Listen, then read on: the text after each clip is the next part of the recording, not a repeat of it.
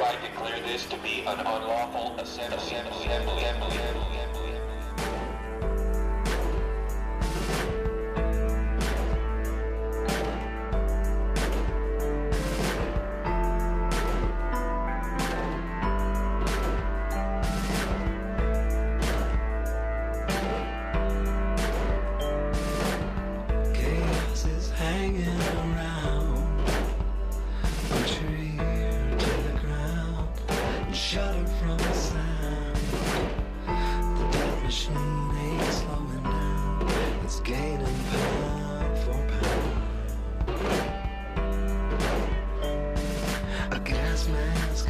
In the summer of rage, they're building mass graves within the states.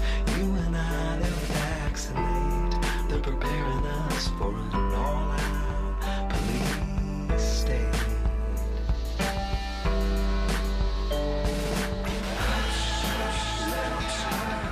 Your world is going wild. Can't trust nothing but the love in your mind's eyes.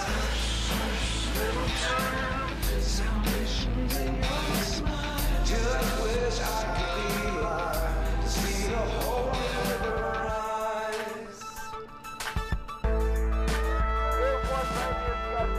Keep the shields up front if you can. Move the units down forward slowly. Attempt encirclement.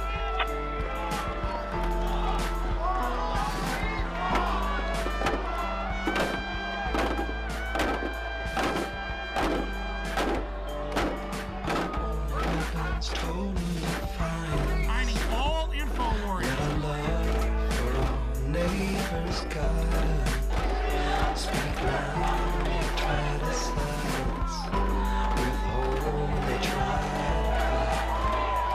Go to Pittsburgh now with video cameras. Your world is going wild. Can't trust nothing but the love in your mind's eyes. Salvation's in your smile. Just wish I could be alive to see that whole river rise. Republic is falling right now.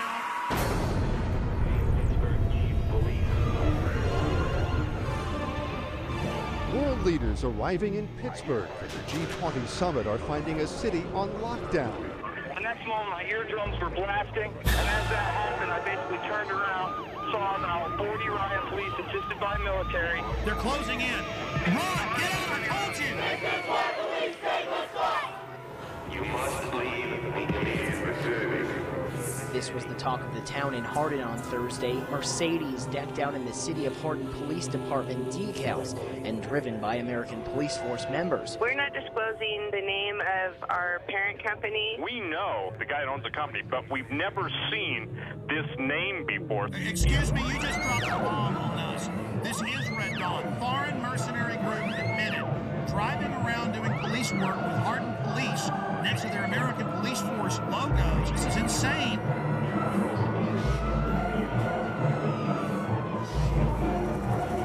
Passengers describe a terror attack and the arrest of a suspect. So he's a controlled asset, and of course it's not a matter of failure to connect the dots. The FBI now has 5 versions of their story. Can you add how they were already getting in Yemen? That's now confirmed. The scanning machines that we currently are beginning to deploy. He told me to go through the scanner, and I said no. It's a real act of submission. They were involved in a cover-up. Kurt, this is huge.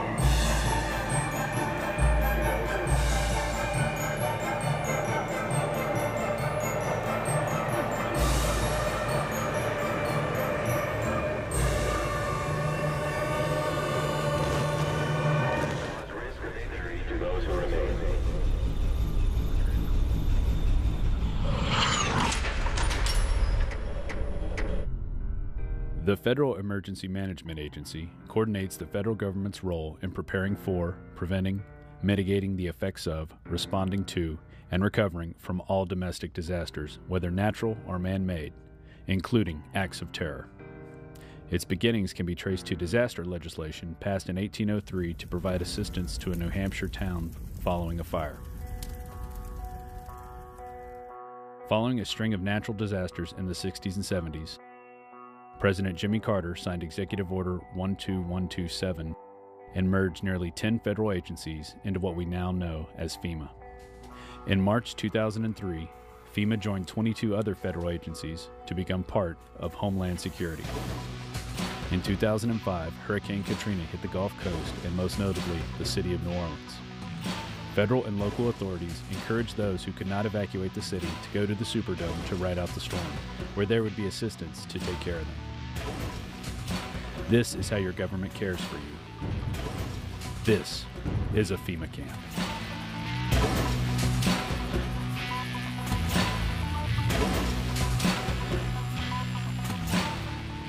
And that's all we're hearing about are the people in New Orleans. Those are the only ones that we're seeing on television are the scumbags who were left in New Orleans or who decided to stay in New Orleans, and they're getting all of the attention.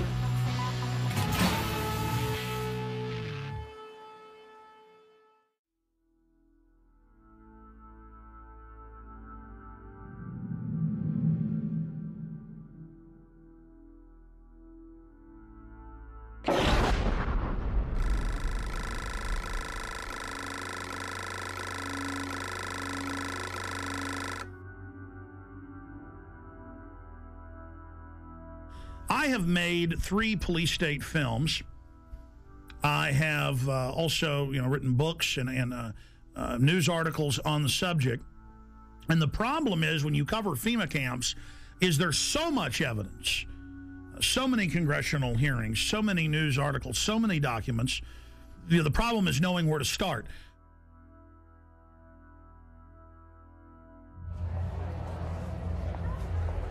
Executive orders. This is how they introduce you. See, they're introducing it all. They've denied they're building all this for all these decades. Now as they unveil it, they're putting their PR spin on it. So Executive Order 10,990 allows the government to take over all modes of transportation and control of highways and seaports. That's been reaffirmed under PDD 51, under the John Warner Defense Authorization Act and others. Executive Order 10,995 allows the government to seize and control the communication media. Executive Order 10,997 allows the government to take over all electrical power, gas, petroleum, fuels, and minerals. Executive Order 10,998 allows the government to seize all means of transportation, including personal cars, trucks, and vehicles of any kind, and total control over all highways, seaports, and waterways. Executive Order 10999 allows the government to take over all food resources and farms. Executive Order 11,000 allows the government to mobilize civilians into work brigades under government supervision. Executive Order 11,001 allows the government to take over all health, education, and welfare functions. What's happening through the imploded economy that the foreign central banks are engineering? So they make you be beholden to the government. Designates the Postmaster General to operate a national registration of all persons. That goes on through the Selective Service. Executive Order 11003 allows the government to take over all airports, aircraft, including commercial aircraft. Remember when they shut down all flights after 9/11? Executive Order 11004 allows the Housing and Finance Authority to relocate communities, build new housing with public funds, designate areas to be abandoned, and establish new locations for populations. Remember Louisiana, Mississippi, Katrina? Brownie, you're doing a heck of a job. The FEMA director is working 24 hours.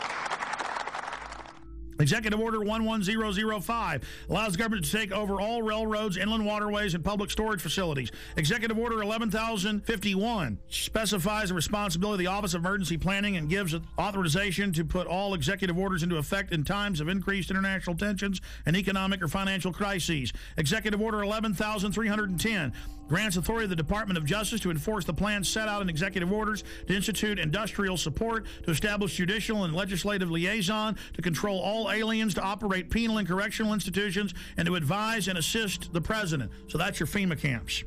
Executive Order 11,049 assigns emergency preparedness functions to federal departments and agencies, consolidating 21 operational executive orders issued at 15-year period. Executive Order 11,921 allows the Federal Emergency Preparedness Agency to develop plans to establish control over the mechanisms of production and distribution of energy sources, wage, salaries, credit, and the flow of money in U.S. financial institution.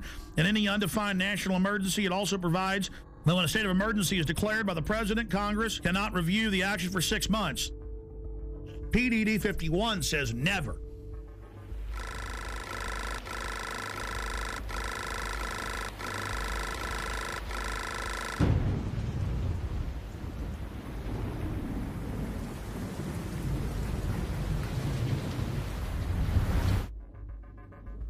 Up on screen are photocopies of the Miami Herald, and this goes back into the 1980s when they had congressional hearings dealing with shadow government and martial law. There's the headline, The Secret Government. And it talks about secret summits, a plan to take over the government. And it shows the people that were in charge of the continuity of government, Dick Cheney and others. And then we have a congressional hearing where we have Congressman Jack Brooks and others during Iran-Contra bringing up the secret plans, and they're told by Congressman in a way that that can't be discussed. It's a national security issue. In the 1980s, the concentration camp program got a big boost. Colonel North, in your work at the NSC, were you not assigned at one time to work on plans for the continuity of government in the event of a major disaster? Mr. Chairman. I believe that question touches upon a highly sensitive and classified area, so may I request that you not touch upon that, sir.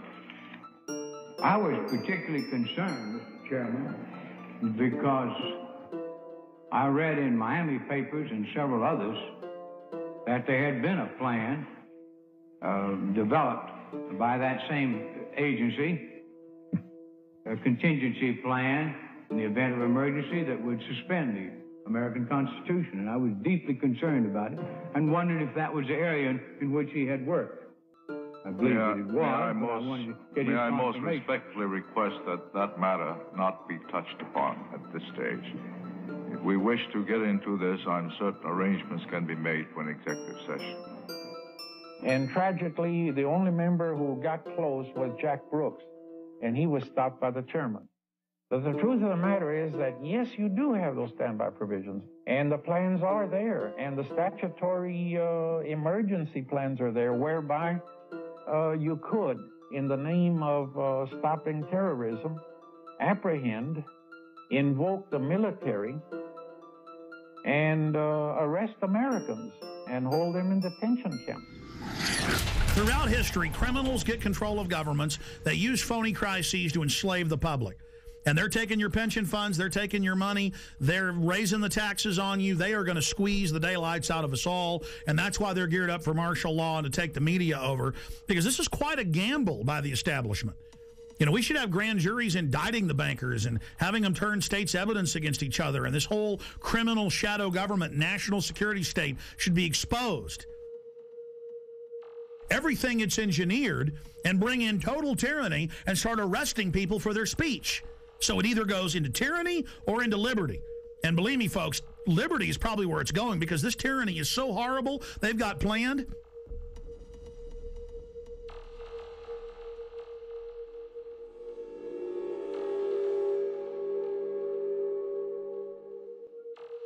Let's go ahead and go to Congressman a year and a half ago on the Homeland Security Board wanting to know about PDD 51. Now, this fight went on for a year.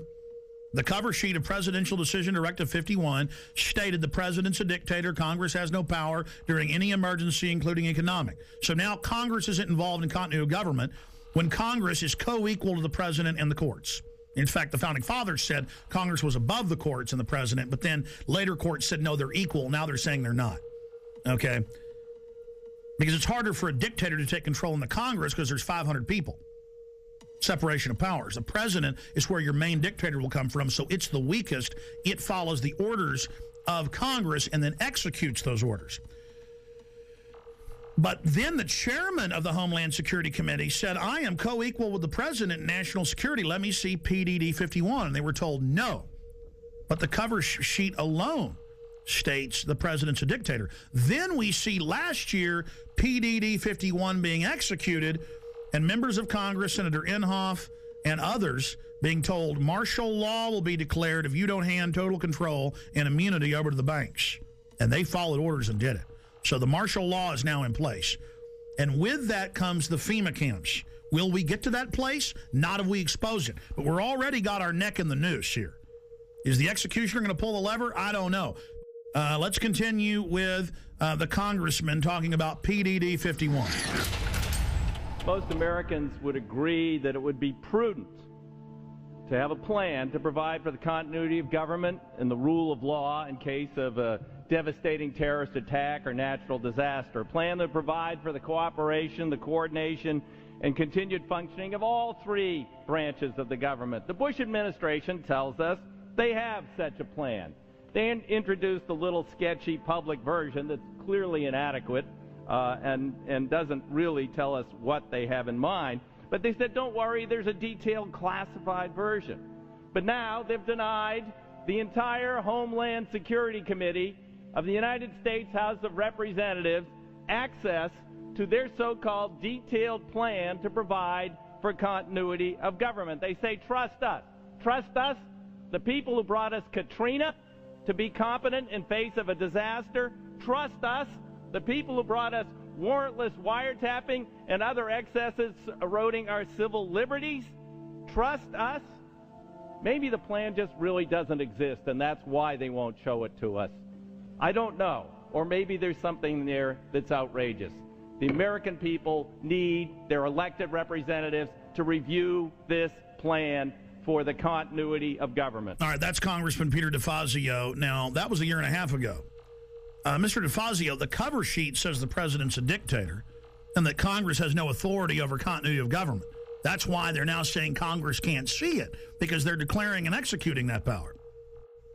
Now, we fast forward a year plus to October 3rd, and here is Congressman Sherman, who we interviewed here on air, other congressmen we interviewed, and Senator Inhofe, saying they marched in and told him martial law will be declared if you don't do this. So we go from the 80s to where don't talk about the martial law plans and the FEMA camps. If you want to know about that, you can know about it in executive session, Congressman Jack Brooks, to, oh, Congress, you're not allowed to see the plans now. To Congress, do what we say, we're under martial law. The only way they can pass this bill is by creating and sustaining a panic atmosphere. That atmosphere is not justified. Many of us were told in private conversations that if we voted against this bill on Monday, that the sky would fall, the market would drop 2,000 or 3,000 points the first day, another couple thousand the second day, and a few members were even told that there would be martial law in America if we voted no. That's what I call fear-mongering. So we have the congressman on with us. We only have him for 5 minutes, 6 minutes. Congressman Brad Sherman, thank you for coming on, sir. Good to be with you. You know, Wall Street used these panic tactics to get us to pass this $700 billion, well, what the bill really is $700 billion in unmarked bills. They said the market would drop by 4,000 points, blood would flow in the streets, and lions would be devouring children in the parks of Los Angeles. Now that the bill is passed, our economy is still going to be very bad. The bailout money so far has been set aside to buy shares in banks, $250 billion, $40 billion to AIG, and $60 billion yet to be committed, leaving the remaining $350 billion for future use. We've got to do everything we can to focus people's attention on this bill as it's carried out, because it allows Paulson to go up to Wall Street. He can give money to one firm. He cannot return phone calls from another firm. He can he can, if he wants, finds out which firms are donating to the 527 organizations, which take secret contributions and then make political advertising. He can look at the RNC donor list. He can do anything he wants. Let's go back to what you said on the floor in the last 24 hours about members of Congress. And I've talked to some, they're afraid to even come on and talk about it, being told there will be martial law in America and we'll just do this with or without you if you don't do this. That is incredible. And I just had the former head of the Treasury on earlier, Dr. Paul Craig Roberts from Reagan, had a policy saying that this gives them economic martial law. Is that not terrorism? Is not the definition to threaten harm or carry out harm for a political aim, sir? Well, but keep in mind, we passed the bill, and I'm told the market is down. Sir, here's the $64 million question. You and other members of Congress say, yeah, well, there were some people threatening martial law, but we don't think they meant it. They were just trying to fearmonger, which I call terrorism, into it. That's a huge issue. Specifically, sir, we need to know names. Who told you that they were told that martial law and blood in the streets, as you said, what happened? Private conversations between members on the floor, you really can't reveal without the permission of the other party. I understand, but were there arm twisters coming up, or were they scared? I mean, how was it said specifically? What we have to do is expose those circumstances where we're bailing out a particular firm, and how many of the executives at that firm are continuing to make $1 million a year, $5 million a year, $20 million a year. There's going to be a lot of information that is not public, and it's going to take investigative reporters to find out things that congressmen can't find out and that the public is not going to be aware of. I have to go right now, but it's been a pleasure being with you.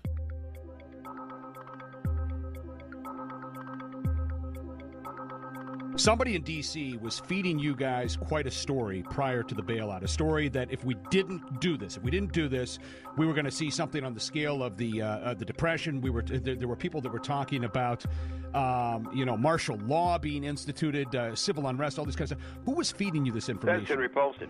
We had a conference call early on. It was on a Friday, I think a week and a half before the vote on October 1st. So it would have been the middle, 19th of September, we had a conference call. In this conference call, and I guess there's no reason for me not to repeat what he said, but he painted this picture you just described. He said, this is serious. This is the most serious thing that we face. It's going to be far worse than the Great Depression of the 30s. And all these things, he was very descriptive of exactly what would happen if we didn't buy out these toxic assets, which he abandoned the day after he got the money.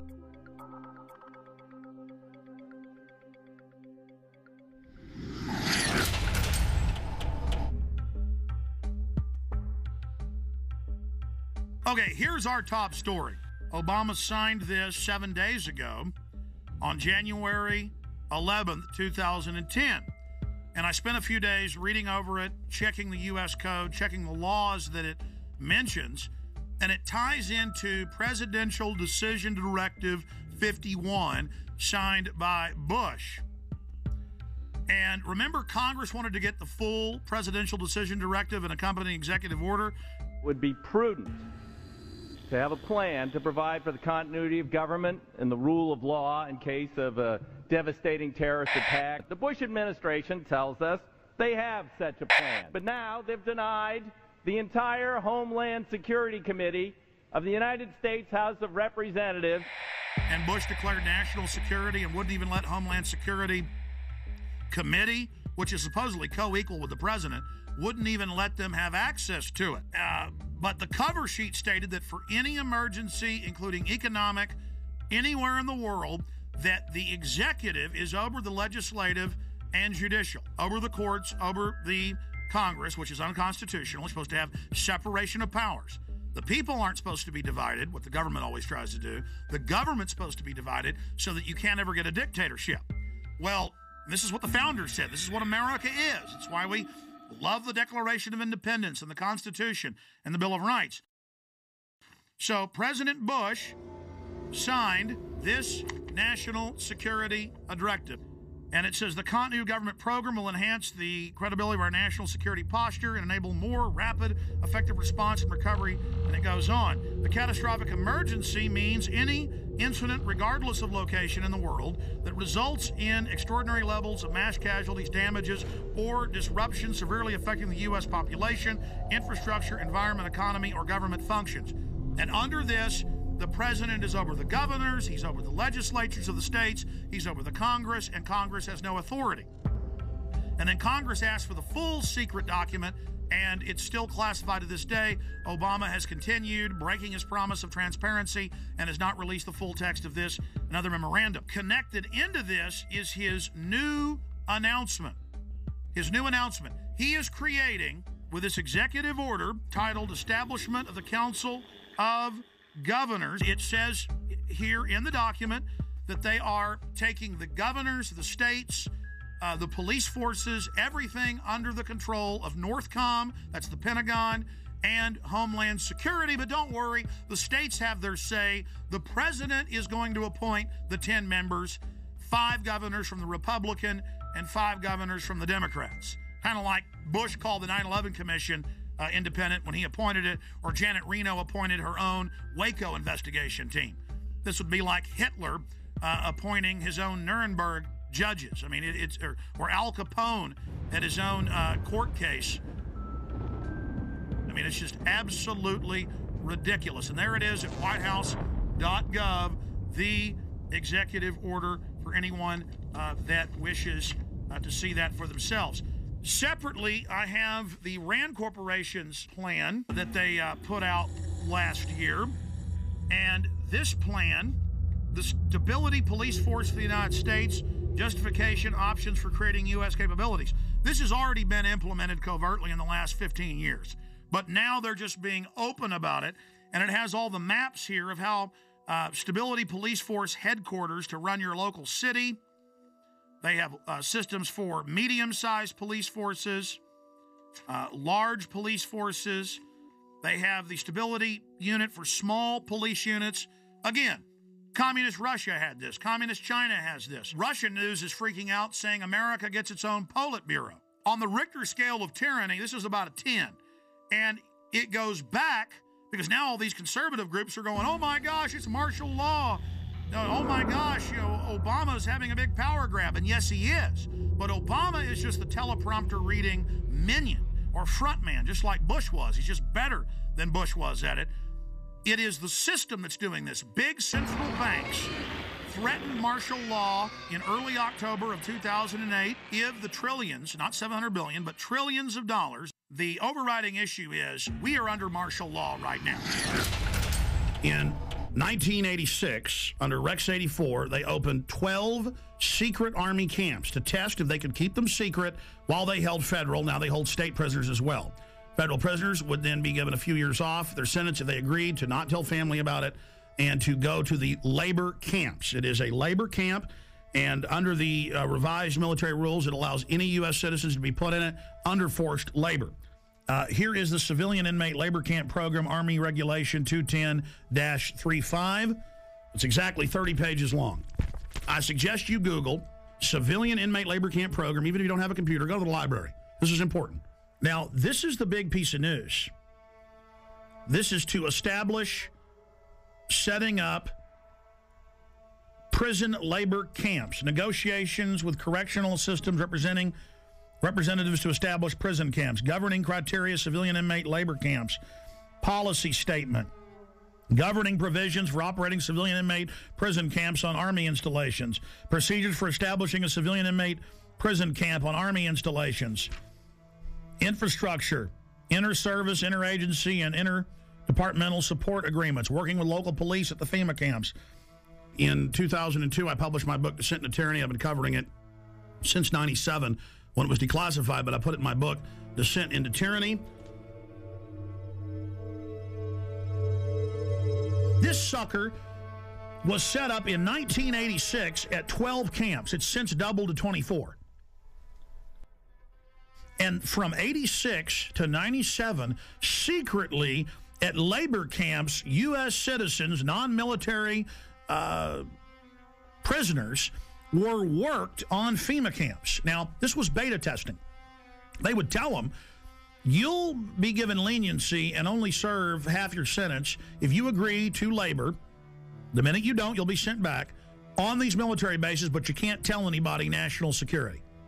See, they were testing, can we keep camps secret from local police or get them to work with us? Can we keep camps secret from the media? So for 11 years, they kept this sucker secret. Reagan, Bush, Clinton. And then Clinton declassifies it and says it's a good thing in 97, and they double the number.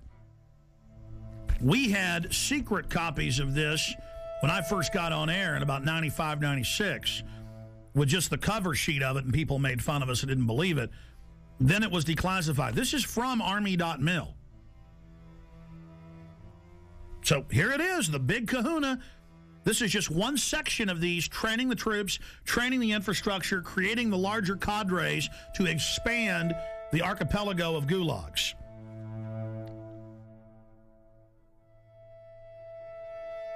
New legislation authorizes FEMA camps in the United States. and it says 6 major camps across the country with hundreds of sub-region camps. Now, if you watch my films and read the documents we put out, that's exactly what we said the camps are and how they operate, because we reverse engineered all this. The camps are already built. It's when they want to openly announce they're doing it that they then pass a law. And they say, oh, all these shut down military bases that they've been keeping refurbished and putting barbed wire facing in and putting in showers and bunks. And we knew that those were to be the FEMA camps, because in the FEMA documents and the congressional leaks and from people that worked at the camps, we knew, and we would list the camps. Then we noticed when it was declassified in 97 that the very camps that had been, quote, decommissioned under the base closure, because they'd said back in the 80s under Rex 84 they were going to use the camps in Congress. So we said, you want to know where the camps are? They're old military bases, and they're old POW camps from Italians, Germans, and Japanese. Guess what's in here? Guess what's in the bill? They've reintroduced the National Compulsory Service under H.R. 1444. It says for mandatory national service. Defense Department announces civilian expeditionary workforce in Pentagon Directive 1404.10. It says management retains the authority to direct and assign civilian employees either voluntarily or involuntarily or on an unexpected basis to accomplish DOD mission. So, see, they're saying they're going to create a 7 million man. That was in the New York Times. The Congress said. I kept saying 1 million because Obama said as big as our army, as big as the military. That'd be 1 million people. They say 7 million now, and that they're going to draft you into this, and they'll decide, no more draft boards, if you stay here or if you go overseas.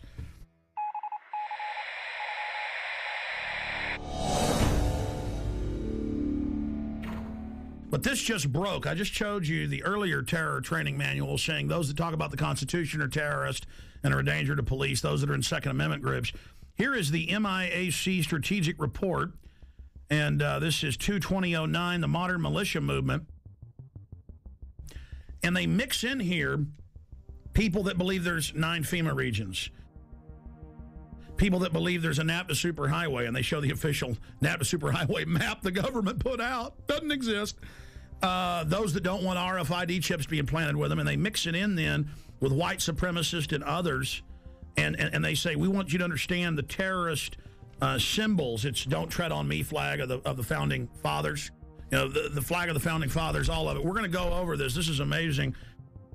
They say in there that there is... no such thing as a New World Order banking takeover, as hundreds of newspapers a day say there will be a new bank of the world that you pay carbon taxes to. It just doesn't exist. You're insane terrorist if you believe it. I remember my grandfathers, and it was normal just when you were at the dinner table or even my dad to explain how governments work and how history worked, and they taught the military. You don't have the military on the streets, and we're here to defend the Constitution, Bill of Rights, not what the president says if it violates that. And we've gone from that now to a strategic report, 2/2009, the modern militia movement. And then they mix gun owner groups, pro-gun groups in with white supremacists. They say those that believe in a new world order. These theories vary, but most always involve a globalist dictatorship.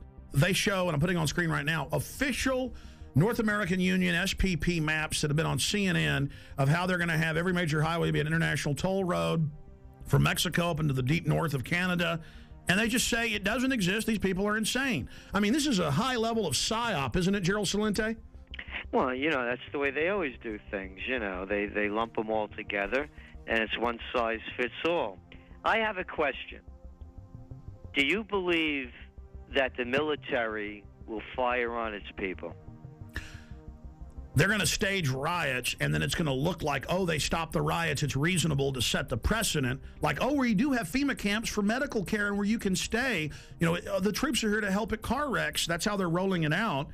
And I believe that I think the way they're going to manipulate the military, I think a lot of them are going to fire on U.S. citizens. Because that's a question we're going to pose in the Trends Journal in the next edition. And I happen to agree with you. They'll stage riots. We always see these people that they call anarchists that always have black, always have dressed in black and have masks on. They've been caught being police in sorry, go ahead. No, exactly. No, I agree with you. And I think that they are going to fire on the people, unfortunately. No, don't shoot me, please! Don't shoot me! I haven't done anything! Don't shoot! In this training manual that's going out to police everywhere in the country, it has a "Don't Tread on Me" flag. It shows America freedom to fascism and the film Zeitgeist in it. We just showed that, and shows it next to the Turner Diaries, which was a white supremacist thing about killing police. So see how they do guilt by association. I mean, this is just off the charts, and this was sent to me by the Missouri Information Analyst Center. A police officer sent it to me. That's where they got it from. And I've seen these in Texas versions and others. It's the same thing, but they're updating it. I mean, how do they say none of this exists and then mix in mainstream things that are happening with white supremacists and tell police that people are dangerous if they're into this? You're watching Police State 4, The Rise of FEMA. I wanted to take a little break out to explain the history of the Police State documentary films. In 1999, in 2000 and 2001, I made the seminal Police State films that were a viral success on the web and on VHS and DVD. Fast forward 8 years later, it's all come true. Not because I have a crystal ball, but because I'm looking at government documents, I'm looking at the facts, I'm looking at their own white papers. If we can expose the FEMA camps and the executive orders and the shadow government, their system will fail. I've made the film, Police State 4. It's now up to you to get it out to everyone you know. And yes, we need your support. We offer and promote the fact that they're free on YouTube, Google, and thousands of other video sites. We put them out for free. But we do ask you to give us the seed money, the support to run our websites, to do the syndicated radio show, and to make future films. So if you want this documentary in the best quality available and to have the expanded extras, please visit Infowars.com and purchase Police State 4, The Rise of FEMA. You can call toll-free, 888-253-3139. You can visit Infowars.com or PrisonPlanet.com. If it hasn't been blocked in your country yet, many have. You can also write to us at Infowars, P.O. Box 19549, Austin, Texas 78760. PrisonPlanet.tv is a better tool than ever in the info war. Over 6 years of my radio and TV shows, all my films in super high quality, my book, Paul Watson's book, all there, 15 cents a day. Your support of PrisonPlanet.tv empowers the resistance to unlock minds worldwide. The destiny of Police State 4, The Rise of FEMA is in your hands. I'm asking all of you to have public viewings, to make copies, and to give to everyone you know. The power of humanity and the human spirit is unstoppable if you'll simply unleash it, if you'll simply take action and turn it loose. I salute you all. Good evening, my fellow Americans. We have been compelled to create a permanent armaments industry of vast proportions. We annually spend on military security alone more than the net income of all United States corporations. We recognize the imperative need for this development, yet we must not fail to comprehend its grave implications. Our toil, resources, and livelihood are all involved. So is the very structure of our society. In the councils of government, we must guard against the acquisition of unwarranted influence, whether sought or unsought, by the military-industrial complex. The potential for the disastrous rise of misplaced power exists and will persist. We must never let the weight of this combination endanger our liberties or democratic processes. Only an alert and knowledgeable citizen can compel the proper meshing of the huge industrial and military machinery of defense, the prospect of domination of the nation's scholars by federal employment, project allocations, and the power of money is ever present and is gravely to be regarded. We must also be alert to the equal and opposite danger that public policy could itself become the captive of a scientific, technological elite. We cannot mortgage the material assets of our grandchildren without risking the loss also of their political and spiritual heritage.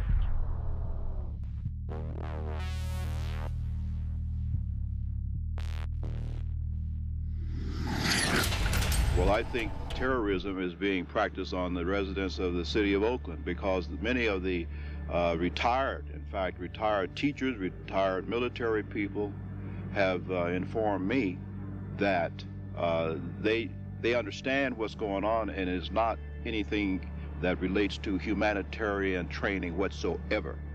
This is a psychological, as we in the research community say, this is a psyops.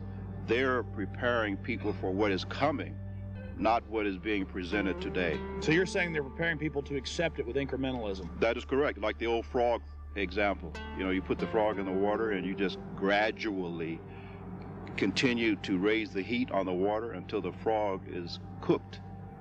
And that's the way it works. The problem is that the local people in general, just will not take their heads out of the sand. I'm going to tell everyone I can, listen, we have a serious problem. And it's called a police state. It's called a police state.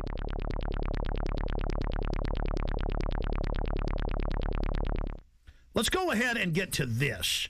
I mean, you want to see, you know, what goes with FEMA camps like a horse and carriage. Troops, militarized police, training with the Army to take over your cities and towns.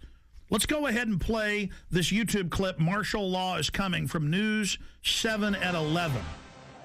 The scenario was a fake, but the pepper spray and billy clubs used to break up this riot were definitely real. Good evening, I'm Miranda Stevens. Whether it's terrorism, riots, or any major disaster, local agencies will be the first to respond.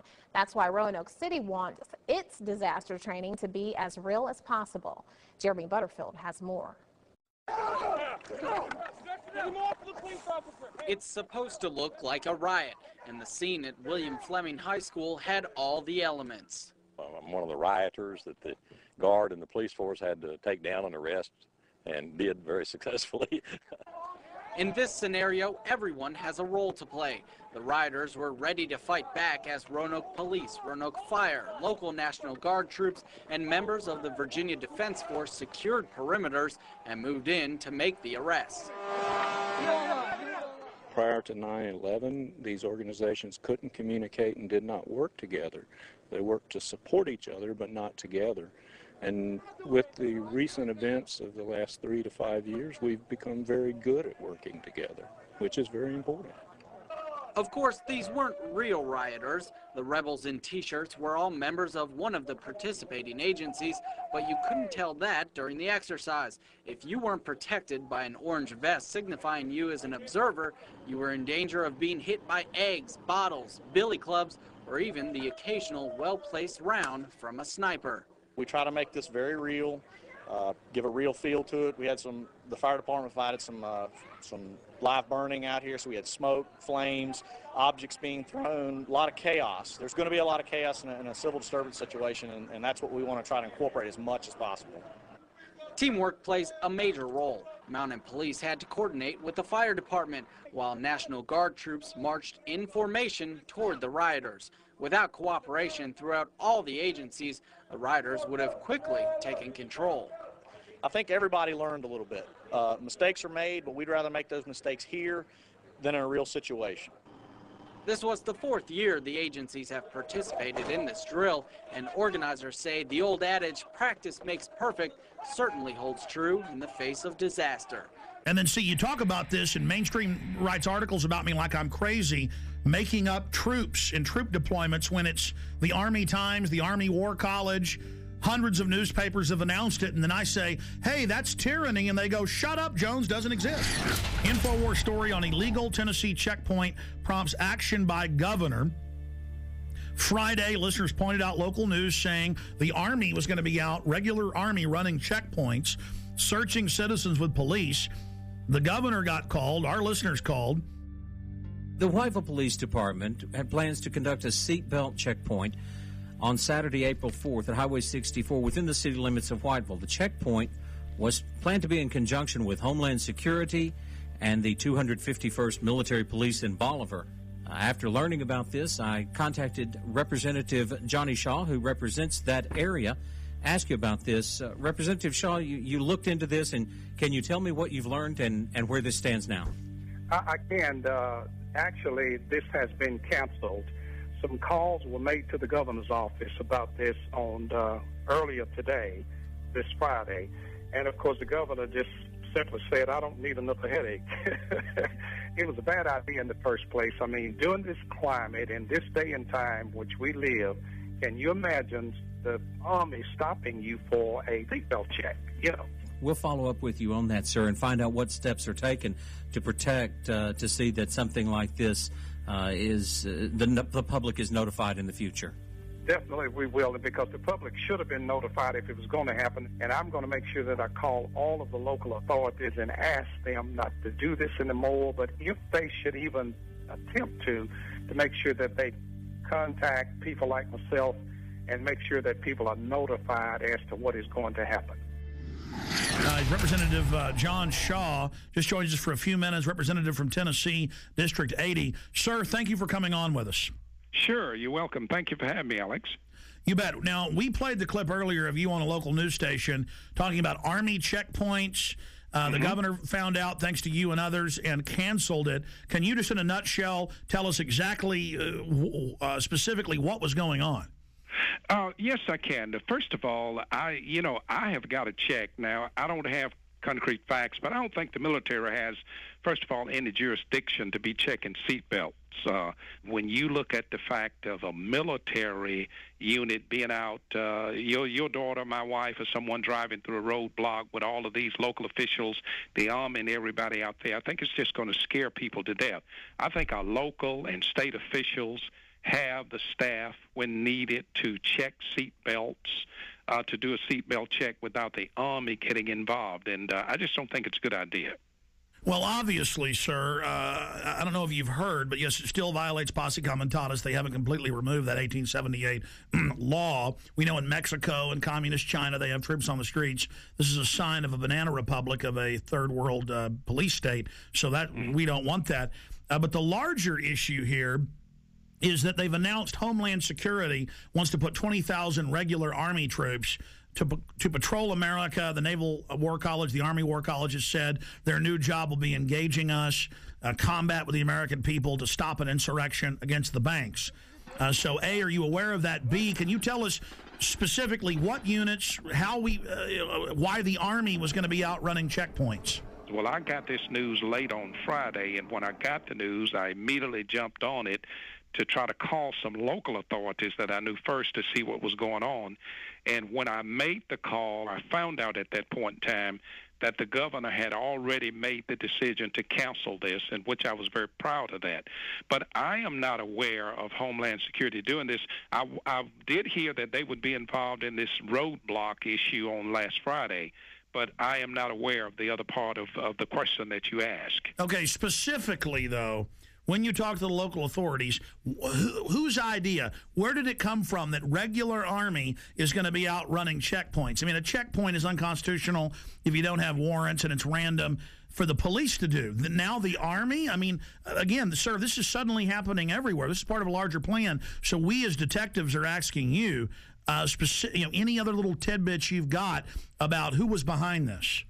Well, and I don't know, Alex. I can't answer that question other than the fact that it was going to take place in a little area of my district in a town called Whiteville, Tennessee, which would lead me to believe or to assume that the chief of police there was the one who orchestrated this idea. Was the state involved? Not to my knowledge at all. Okay, so the governor had to say no. So this is what we always see. The Army then probably approached some locals as part of their covert acclimation program. And State Representative Johnny Shaw, we appreciate you speaking out against this. We appreciate the governor saying no to this. Can you, just in closing, speak to why you were concerned about it and against it? Well, again, I was concerned because I think in this economic climate, or in this climate that we are in, well, can you imagine your wife, your daughter, my wife or daughter, even son driving up to a checkpoint with Homeland Security, the military police, the state police, if they were involved, and then, of course, all of your local authorities, it's going to make someone think something bad has happened in the community, and I just don't think this is a good idea. I think it would have been a scare tactic that would have been hard for some of our citizens to get over, or maybe some of our senior citizens, and I'm totally against this kind of a tactic, and I'm going to do my best as a state representative to see that this does not happen again in my district and hopefully nowhere in the state of Tennessee.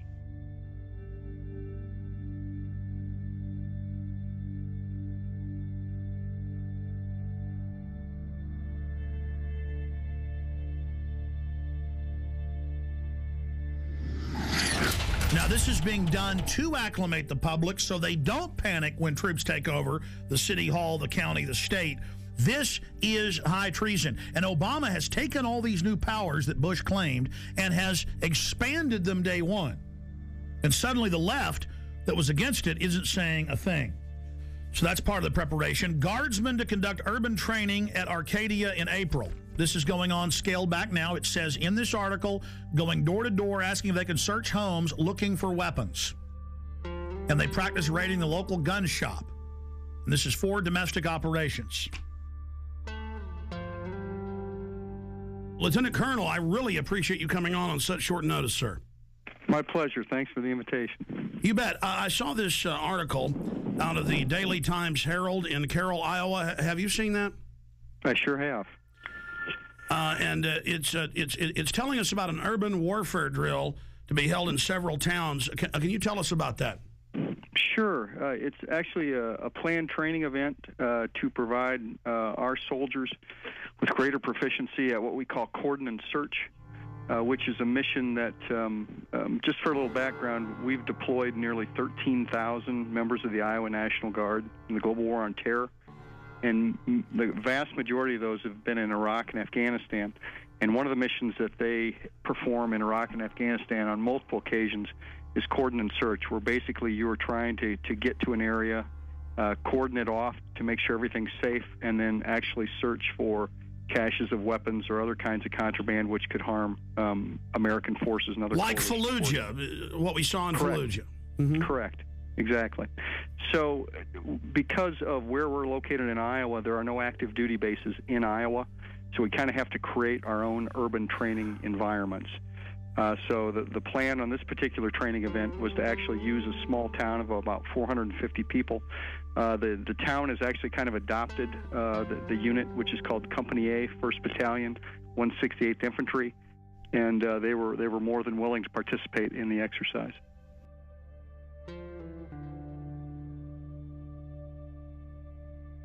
Going through this article, I mean, explaining exactly what they're going to do door to door with the houses, what the checkpoints are going to be simulating. Sure. When you're talking about cordon and search operations, you've got several different rings of security that you've got to provide in a particular area. And then it's important that people are treated respectfully as you go house to house, as you're looking for certain items, particularly in our experience in Afghanistan and Iraq, looking for weapon caches, whether those have AK-47s, RPGs, rocket-propelled grenades, that is, any kind of ammunition or any kind of improvised explosive devices, et cetera, et cetera. And our job, when we go on a cordon search, is to locate those kinds of items. And then there might also be persons of interest that we're interested in that coalition forces want to talk to or apprehend. Well, let's just boil it down to this. I have video of Army and Marines with role players screaming, "I'm an American, please don't put me in the camp," and the military training to confiscate their firearms. I mean, certainly you've heard the Army Times and the new directive from Secretary of Defense Robert Gates that they will use the National Guard under federal control for civil insurrection. Are you saying you're not aware of that? No, I'm certainly aware of that, absolutely. But I think you have to look at the role of the National Guard historically. Is that historically we are used in states for disasters overwhelmingly.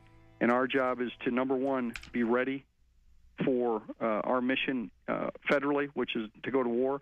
And number two is to help our fellow citizens here in the United States of America. Those But are the Army things that we prepare for and train for. The Army War College 3 weeks ago issued a report saying they're shifting a lot of their focus to engaging the American people and directives on engagement with the American people under NORTHCOM. Well, you got to remember that the National Guard, 99% of the time, if you're talking about peacetime, belongs to the state in which they are located. Only on occasion do they become federalized. One of those examples, of course, is being mobilized and deployed to go to war or peacekeeping or other kinds of federalized missions. But other than that, the National Guard generally in peacetime belongs to the governor of that state. Well, you're pretty informed on all these issues. Obviously, you're right in the middle of it. Did you hear about the mainstream news articles about Marines in California and other places helping at DWI checkpoints with citizens? Would that violate posse comitatus? I'm not aware of that. With respect to active duty military, that's called Title 10 when you're on active duty, and they're not allowed to participate in certain kinds of operations under the Posse Comitatus Act. Does that sound like freedom to you all over the country to have the National Guard at big events like at the Kentucky Derby and the Super Bowl searching bags? Well, I think if you're talking about keeping Americans safe, it's our job to do whatever we can to help them with that. And if our job happens to be to detect weapons of mass destruction or other kinds of things that could harm a great deal of people, that's what we do. Now, here's your Pentagon Channel report. The Kentucky National Guard was part of the massive security force required for this weekend's Kentucky Derby. Officials say that 360 Guard members were on hand at Churchill Downs to help support law enforcement efforts for the first leg of horse racing's Triple Crown. Now, the troops took care of crowd and traffic control, provided 3 choppers and crews for aviation support. Officials at the track said that more than 150,000 fans turned out for the race. Police only had to make 44 arrests. International media, government staffers, and protesters. Thousands of them, all waiting for the G20 summit to begin. World leaders arriving in Pittsburgh for the G20 summit are finding a city on lockdown and already hit by violence. By order of the City of Pittsburgh Chief Police, I hereby declare this to be an unlawful assembly. I order all those assembled to immediately disperse. The G20 basically represent the largest nations which participate in the Western banking cartel, which I feel is behind a lot of the pain, anguish, and misery that exists in our world today. They would like to come up with one central bank for the world to replace the dollar standard, and also have international regulation, you know, a massive expansion of the WTO regulations into the financial markets. You must leave the immediate vicinity. If you remain in this immediate vicinity, you will be in violation of the Pennsylvania Crimes Code, no matter what your purpose is. It's hard that it's setting up as like a us versus them when we're all in the same class. We're in it together, and they're protecting the interests of the world's billionaires. Anytime I've been on a march or anytime I've been arrested, it has been peaceful on our side. It's the state are the ones that cause the violence. You must leave. If you do not disperse, you may be arrested and or subject to other police action. Other police action may include actual physical removal, the use of riot control agents and or less lethal munitions. Ladies and gentlemen, this is breaking news. Do you know why my crew is not live with us right now, why they were out of contact? They are under sustained LRAD sound cannon attack. You know, they rolled these out at tea parties in California and other places. First time I saw them was 2004 in New York. They have the National Guard engaging American citizens right now with deadly acoustic weapons that damage the middle ear. This is happening right now in Pittsburgh, Pennsylvania, while the G20 in mainstream news is getting rid of the dollar, bringing in world government against everybody right now. Listen, this is such a police state there that they tried to talk to the military and talk to a spokesman last night. Defense Link put a press release out, and they said, no, we're not going to talk to you, get out of here. Then they got their license number, had the police pose as Alamo rental car people from the county there, Allegheny County in Pennsylvania. They called them and said, oh, your car's got no brakes, bring it in.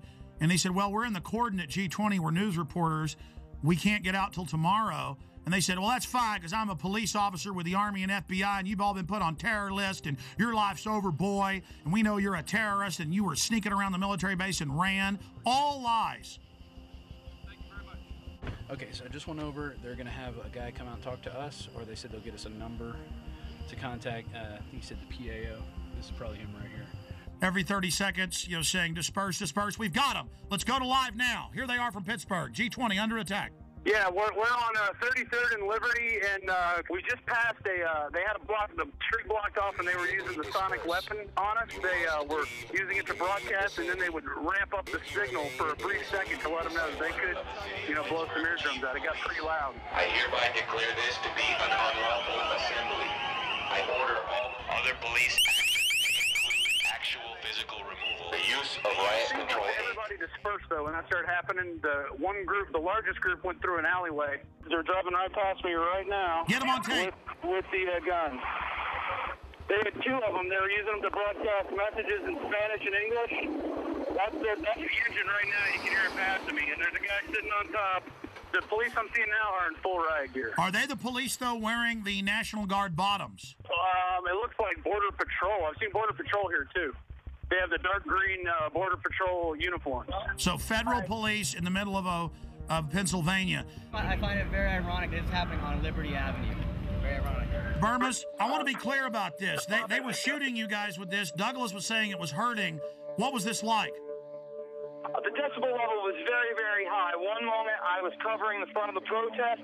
The next moment my eardrums were blasting. And as that happened, I basically turned around, saw about 40 riot police assisted by military, and I ran up and I got all the footage I could. Every once in a while I'd have to take There you go, assisted by military. So this is the military attacking the American people, because in every news article I see, they're together. So that's key for the article Watson's doing. The military was with them. Yeah, absolutely. I mean, they were in military fatigues. SWAT is also here.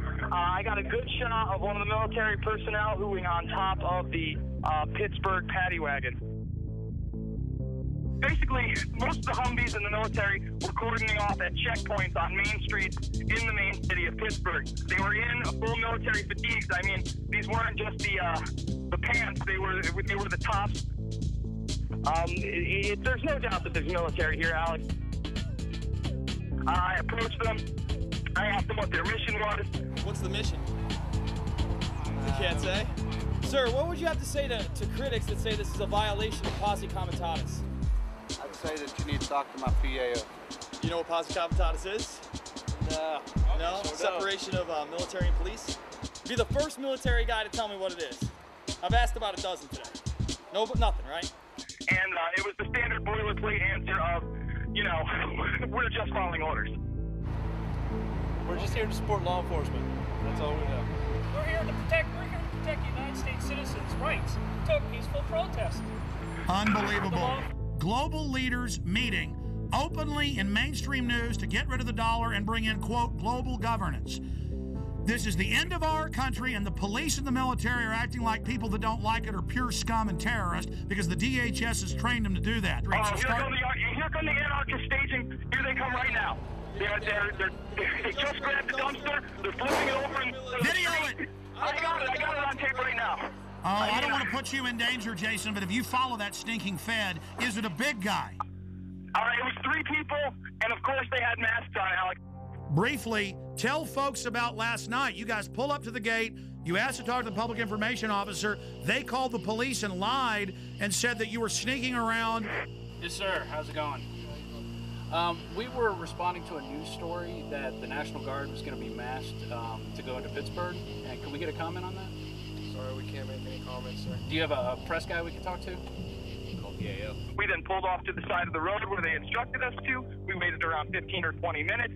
A representative came back. Immediately, he was hostile towards us. He did not like our credentials. Hey, guys. Hey, good evening, sir. What's up? Look out your head. How you doing? My name's Rob. Okay. We're out of Austin, Texas, Channel 10. Okay, can I see your credentials? We tried to get as much information as we could. He refused to answer our questions, so then Rob asked him for his information and where we could contact him tomorrow if we could get a word with him. He then gave it, and we left. Speech, freelance reporter? Yes, sir. Okay, so what are you looking for? Well, we're following up on a report that we got, and it's that we read. It said there's 2,500 troops that are going to be deployed into Pittsburgh for the G20 for security. Once again, do you have? I'd like to talk to your editor. I'm more than welcome to. I'm more than willing to do this. So you got somebody back at the station I can talk to? You guys have credentials for the G20? I can't. the middle of the night, you come here tomorrow, we'll see what we can accommodate you. We're not going to... I mean, we only got a few questions, man. Yeah, we just have like 4 questions. The answer is no. Not going to comment. No, I'm not. That's okay. We're going to deny the interview. If you get some credentials, you get some that I can work with, I'll do the interview. We didn't run away from anything. By the time that we had left, turned around, and exited the main military facility, there was another car parked on the other side of the road, waited for us to pass, followed us for an exit, then got off. And then we were shocked when Douglas got a call trying to entrap him and have us go return our rental car for quote-unquote 2 more free days. When we didn't fall for that, he then came clean and said he was actually military personnel, and he wanted to know whether or not we were terrorists, Alex. And then he told Douglas, you're on a list now, pal, for the rest of your life. Yeah, he did. With pleasure. You ran from them. Is that true? Absolutely not. Can I have your name and number so we can call you tomorrow? Sure. Okay. 17821. Chris Cleaver. All right, thank you. Okay. Thank you. I need all info warriors, anyone in the Northeast, anybody in the Midwest, to go to Pittsburgh now with video cameras. The troops are bought and paid for by offshore banks. The Republic is falling right now. They are openly destroying our precious Republic right now. They are openly bringing in martial law. They have troops deploying in every major city. This is just another beta test. We need everybody to go to Pittsburgh who loves this country. Come with cameras, radio host. Everybody needs to get there and needs to expose these people. And we need people to follow the anarchists. They're going to go back to military installations. It's happened in every case. We proved it in Denver. We proved it in Ottawa. We proved it in Seattle. We proved it in London. We proved it in Genoa. We prove it every time.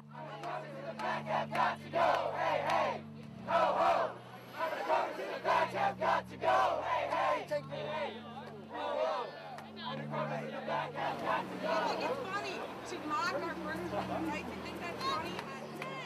Remember Kent State, remember Kent State, remember Kent State, remember Kent State. So you guys take an oath to protect the Constitution, but you're blocking peaceful protesters.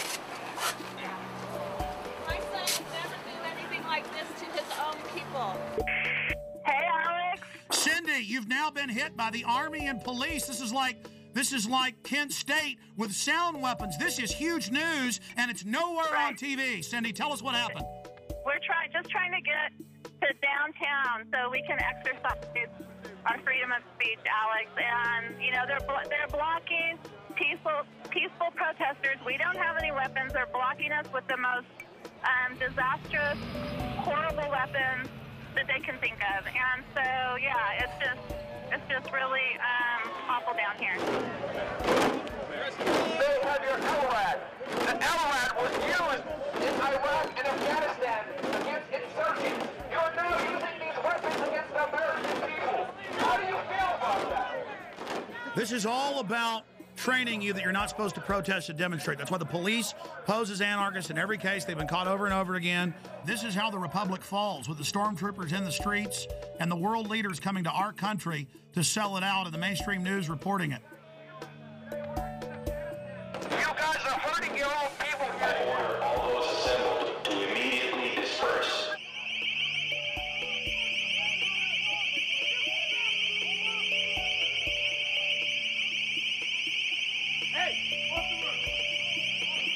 Cindy, did you know they're openly announcing the formation of a world government at this meeting? Yes, I know they are. The head of the EU even spoke out against it, Klaus, at the UN yesterday, and they're openly announcing the end of the dollar. Those troops don't know that their whole savings and their whole family future is gone, and there they are with pleasure, guarding the very government that is illegitimate and criminal. The troops are out here. There are our brothers and sisters. There are sons and daughters, and there are mothers and fathers. And they're turning their guns on us. They're turning their weapons on us, where we really should be marching to the G20 and arresting those guys. Here they come again with their LRAD, Alex. They're coming with it. They have us blocked in. There's nowhere for us to go. This is what police state looks like. By order of the City of Pittsburgh Chief of Police, I hereby declare this to be an unlawful assembly. I order all those assembled to immediately disperse. You must leave the immediate vicinity. If you remain in this immediate vicinity, you will Burmis. Yes, sir. Did you say that the protesters are turned around because they're blocked in? Yes, they are blocked in. Run! Get out! I told you! Go down the side street, get the hell out of there, they're going to get you. Get out of there right now. By order of the chief of police, clear this area, or you are subject to arrest. Jason, are you there?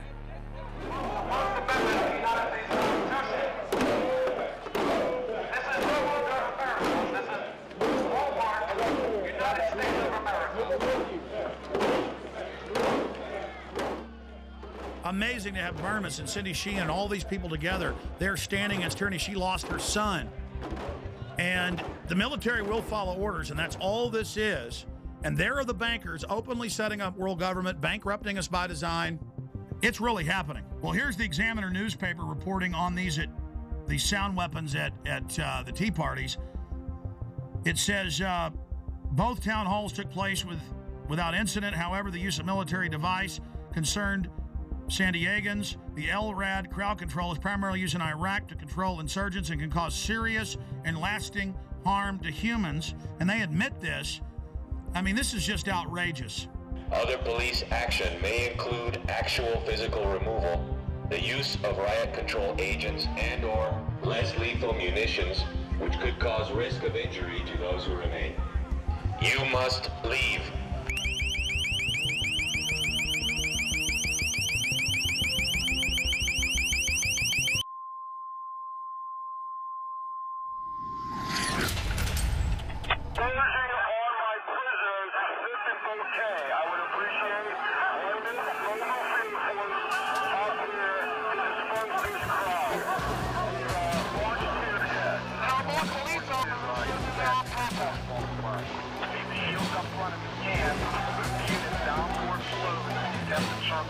We have units coming up through the park. Pushing towards the park.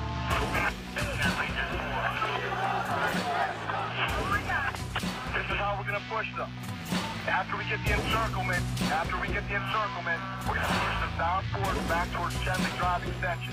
Leave Shenley Drive Extension open so we continue to push. Then we'll establish a skirmish line along Shenley Drive Extension.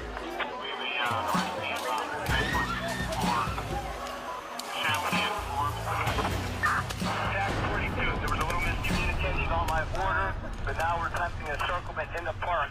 The police began to charge following the initiation of a tactic they called kettling. So called as to reflect the purpose of a kettle, to hold in water and heat it until it attempts to boil over. They're closing in. Get out of there. They're going to arrest everybody. And the police, he said, the last thing were coming from 3 ways, blocking them in. That's what they do. They corner you and then attack. Stand by for gas deployment. We're setting that up along Melville. Any units, we have 5th Avenue covered. Unit 30 base, I'd like to express my professional regard to everyone. They did an excellent job. Guys, just remember that's a young girl right there. All the operations G20. Now, let's go ahead and go over these articles. Brigade Homeland Tour starts October 1st. 3rd Infantry's 1st BCT trains for new dwell time mission. Helping people at home may become a permanent part of active Army. And then you read this, the Washington Post reported it, everybody else did. It says, for riot control and civil unrest during a collapse of society. Then the Army War College came out a month later and said, yes, we're preparing to engage the American people. So there's that going on. So they have to have troops to take you to the FEMA camps. Washington Post, 20,000 more U.S. troops to be deployed for domestic security. They then expanded and said it won't be 4,000 troops, it'll be 20,000. Now they're saying, oh, it'll be 40,000 regular Army troops. The very troops that were in Baghdad doing gun confiscation, the very best troops they've got. Here's another one. Marines admit security force to operate inside U.S. This directly from the Marine Corps' own website. And they did it with role players, practicing confiscating people's guns. Here's another one. Unit learns skills to fight different enemy. And this is out of the American Force Press Service. See, this is all part of acclimation. And then in a 4-state area, in the Midwest a few months ago. There was a report about the Army suddenly locking down parts of cities and doing, and then the disgraced Governor Blagojevich announced about 5 months ago, before he had that big scandal, and we played the newscast here where he said we're going to have the Army go door to door confiscating guns in Illinois. And then we have the first time the Army got called into New Orleans, going to the high and dry areas with the police and FBI. All the weapons will be taken. No one will be allowed to be armed. And then putting people in handcuffs that had guns, taking their guns. Today in New Orleans, they got a lot tougher on the holdouts. Police department, anyone home? Not only the flooded areas, but New Orleans' driest and wealthiest neighborhoods, too. Police department! The police and National Guard going street by street, house to house. We need to make sure, too, that whenever we knock on doors, people refuse to leave. We need to make note, call it in. They say there are no orders to use force, just strong persuasion, sometimes entering open houses with guns drawn, and instructions to disarm anyone inside. You say guns will be taken? No one will be able to be armed. We will take all weapons. That happened today in this wealthy neighborhood where homeowners had armed themselves to protect their mansions. Residents were handcuffed on the ground. In the end, police took their weapons but let them stay in their homes. They were a little bit threatened because our weapons were bigger than their weapons. For many of the police and guard troops, it is an uncomfortable job to do this in an American city. This guard unit occupied a church, using it as a base camp. They had to leave a note because they could not get hold of the pastor to get permission. It is surreal. Yeah, you never expect to do this in your own country. Chris Montgomery says he'd rather be in Iraq than patrolling American neighborhoods. Walking up and down these streets, you don't want to think about the stuff that you're gonna have to do. Somebody pops around the corner. I mean, shoot in America. Yeah. I mean, that's on record. That happened. This is what they're training for. This is what they do the first chance they get. Stop living in denial. Attention, attention, attention. American forces are here to help. Remain calm. We will not tolerate civil disobedience.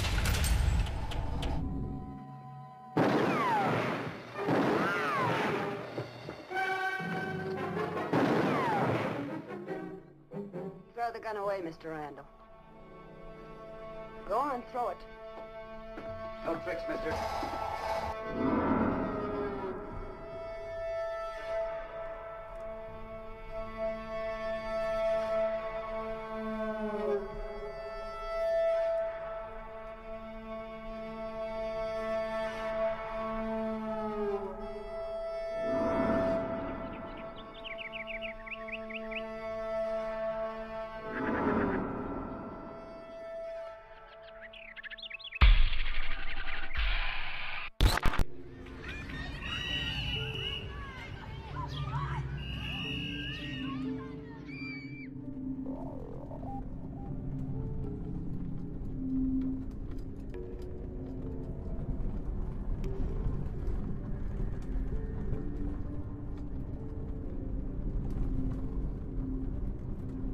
This is the poorest county in Montana, and the $27 million prison has turned into a white elephant.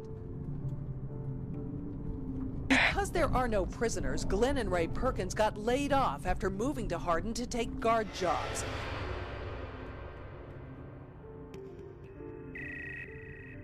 When I went to the door, there were two cops standing with their hands on their guns. I've lived in the same town for 26 years. We got 90 and 94 sitting right over here where they intersect, which is a perfect place for a checkpoint. I noticed that they got these mobile checkpoint stations. There's a lot of secrecy going on.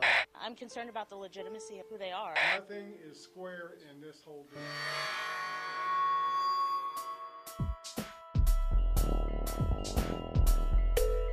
I cannot let my grandchild grow up in this kind of thing.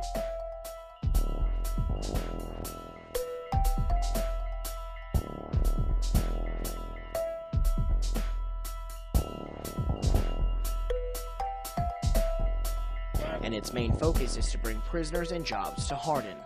We've got a beautiful, beautiful facility here. Becky, it's time to get straight with us now. We need to know these things. I think the people of Hardin need to know this.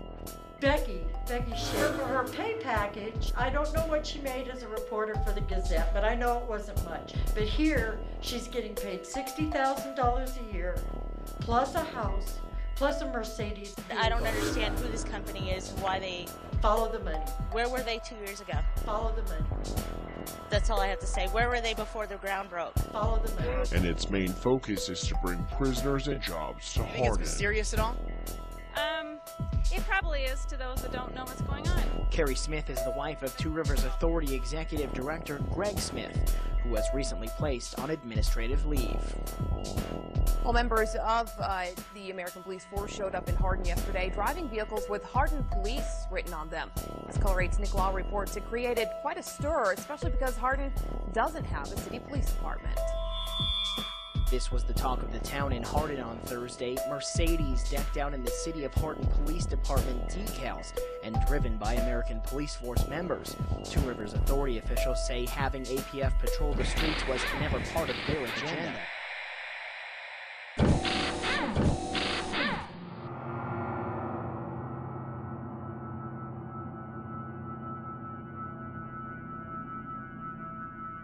Tell people what's really happening here. Well, first of all, Alex, around the country, and it's not just in Montana, but specific areas are being identified as staging grounds. And just recently, we had 12 Tajikistan troops on BMWs. These are the same BMWs that you and I talked about meeting And by the way, the UN admits their main force is Tajikistan, Uzbekistan, and Egyptian and Pakistani. That's their main UN force. Well, Steve, we know in Serbia they've had black sites, the secret ghost sites with the kidnap, snatch and grab people. Absolutely. We know that they're in Tajikistan, Uzbekistan, Pakistan. We know they're in Egypt. We know they're in Germany. We know they're in Poland. We know they're in the Czech Republic. We also know that they are in other areas. And so this fits the classic MO where they use these private ghost contractors to run this. Oh, I'm having trouble right now even dealing with this and processing it. Man, talk about Spookville, CIAville, black sedans running like roaches when you flip the light on at 3 a.m. in your apartment and there's like big fat roaches going. And they're like, ah! Now the locals are getting upset by these black Mercedes SUVs that have Hardin, Montana on them and then the double eagle crest just announcing we are your police. This is insane. Men with foreign accents stomping around. I mean, this is Red Dawn happening. And the local officials are going, yeah, we've been told they run the camp and that they run the town now. I mean, this is Twilight Zone.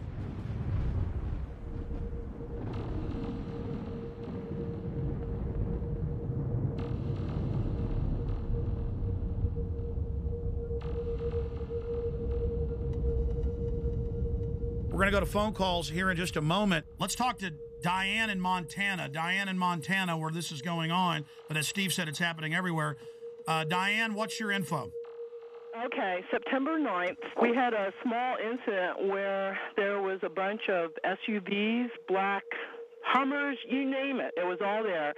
They even brought a helicopter in. It was 4 miles from my home. So when we went to check it out, they were all over climbing the mountains in camo, dressed up. They were armed, and they said they were just doing a training exercise. Called the sheriff's office, and we got the same story. It's just FBI training, but it was FEMA, right in Superior. And we're probably about maybe 4,000 population. What did the locals think, and how many FBI FEMA troops were there? Okay, there were 6 vehicles when my husband went right by them. He called back and said, lockdown. I don't know what's going on, if there's escaped prisoners or what. Same time, helicopter came through, right overhead. Called his secretary who was coming in on I-90, told her to check that area out and look at it, and that's when she saw all the camo guys all over the mountainside just crawling up. Asked around town, people didn't think anything about it.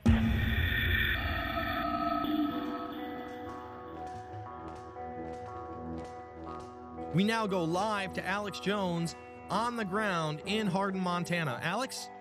Okay, we just got a tour from Becky Shea, the former Billings Gazette reporter that's now the PR spokesperson for this facility for American Police Force. She admitted that it'll be a foreign paramilitary mercenary training facility. She admitted that it's going to be a detention facility. The point is this is just off the charts. They're now doing massive damage control. They're about to give us a tour of the outside of the facility. I just got a tour of only one wing of this gigantic $27 million facility. They would not let us into most of the areas. Just while I was in some of the offices, I saw blueprints, I saw documents. I'm just going to leave it at that. But this story is definitely the mother lode. This is definitely a black site / ghost site in the United States. They plan to have this be a ghost site, but locals blew the whistle. They were definitely going to try to become the police through the Two Rivers Authority, basically taking over the town of Hardin. This individual is tied in with high-powered Serb operatives. His dad is some type of high-ranking Serb, Chatar, but he won't give anybody else his name. Then you have this Hilton character. Again, that's a fake name. He's Serbian. There are German troops here, German paramilitaries, British paramilitaries, but they're keeping back from us deeper in the facility. Yes, I am in one of the black Mercedes-Benz SUVs inside the detention center. Becky is going to be, I'm going to be using the phone as a microphone so she can give us a live report. Becky, what about Blackwater connections? We've been hearing a lot about that, and the company and several places has bragged that they have Blackwater connections. I've heard so many names that it's just absolutely phenomenal to me. We're not disclosing the name of our parent company, and that's it. We're not disclosing the name of our parent company. We stand alone. Oh, there's a parent company. Well, there is a parent company of American Police Force. There is an umbrella company. American Police Force stands alone as a corporation, and we are American Police Force. We are who we are. But if it's a secretive group owned by a secret group and it's headed by a 14-time felon, and then they were putting police decals on their vehicles the first few days, I mean, don't people have a right to be a little bit concerned about this, Becky? There are newscasts for saying they wanted this to be Guantanamo Bay West. That was on CNN. That was not American Police Force, and I'd ask you to go back and recheck your sources. That was too. So they've not been requesting to have this as a facility to hold detainees? No, sir. And please, everyone listen carefully. Two Rivers Detention Facility will not hold Guantanamo Bay nor other multinational offenders. We're a minimum and medium. Why did I see documents on the wall, blueprints saying foreign alien detention facility? This is real. This is a ghost site / black site that we have on. This is a FEMA center they want to hold. She was telling me, I saw blueprints all over the place, scanning them quickly. I was walking through the facility, and she'd say, "Oh, don't taste that," or don't show that. Where it was saying alien detention,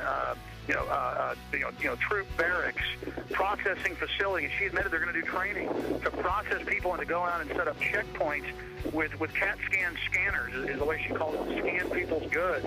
So this is a huge processing center. I don't think she even knows everything. She seems pretty freaked out. She gets hired and finds out all this. And we went and interviewed bed and breakfasts, because there's hardly any hotels here. At two of the places, they said, oh, absolutely. Germans, Czechs, Brits, a lot of Serbs, really hardcore-looking people, won't pay in cash, act really suspicious. They've been here for a year. I mean, this is insane, what we're dealing with up here. And they're just trying to act like it's all fine. We're not going to tell you our parent company. Everything's fine. Everything's wonderful. I mean, this is bizarro land. Well, court records from Orange County, California indicate Michael Hilton has a lengthy criminal past, including a 6-year prison sentence for a dozen counts of grand theft and other charges. And we learned just yesterday there's a warrant out for Hilton's arrest in Wyoming. American Police Force pulls out of contract negotiations with Two Rivers Authority. All right, Sarah Gradley joins us now live from the newsroom to tell us more about the latest development in this story. Sarah? Hey, Greg, Kathy. APF spokeswoman Becky Shea says it was a company decision to pull out. She says they learned things about the facility that made them lose interest in the deal.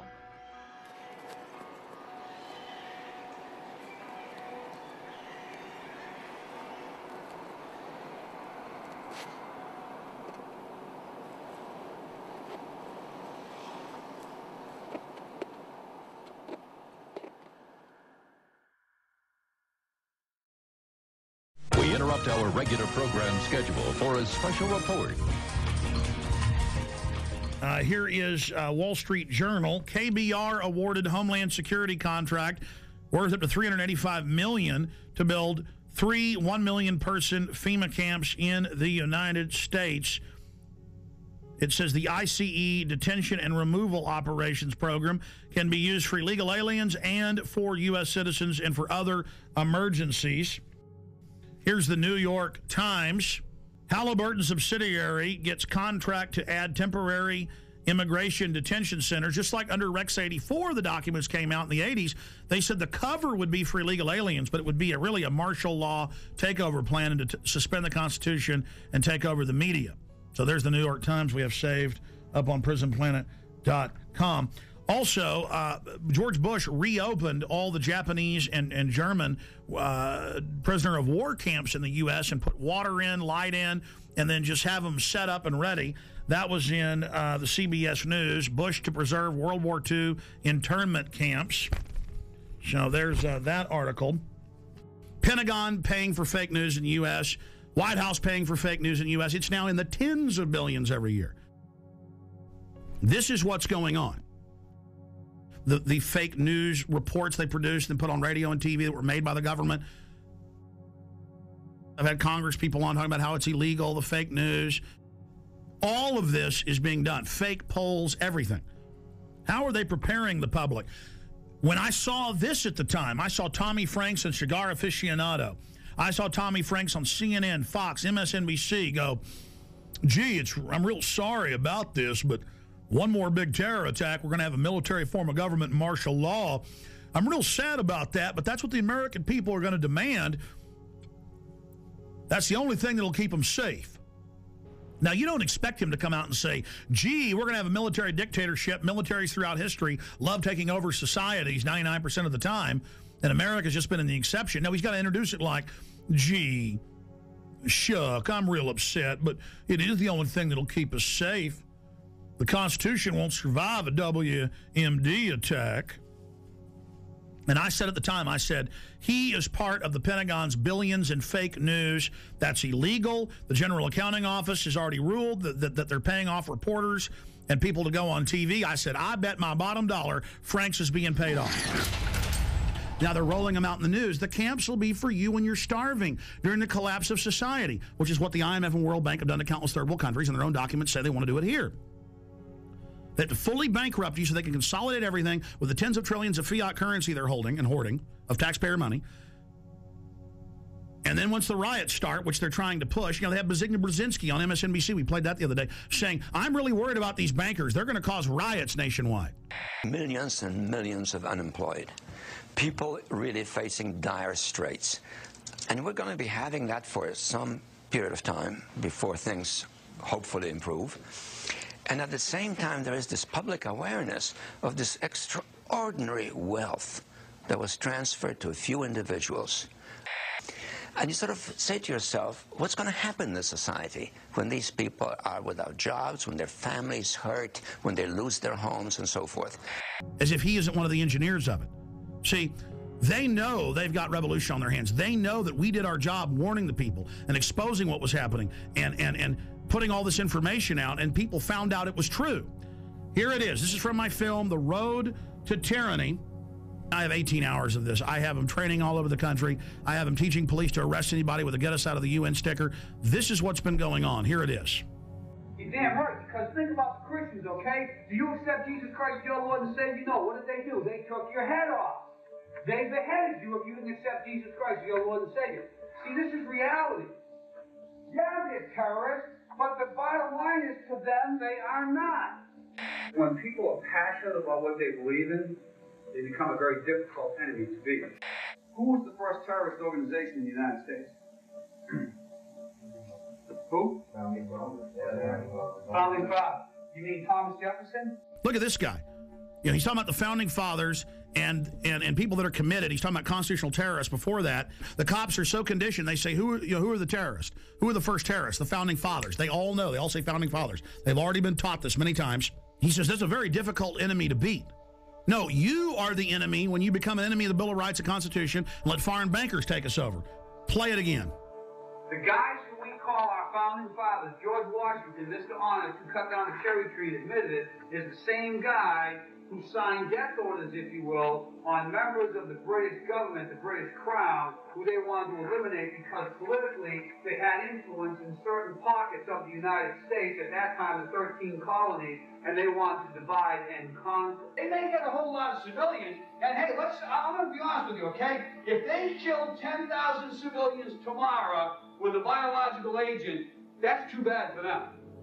You see, it was all about Bush was going to do this. No, Bush was a puppet.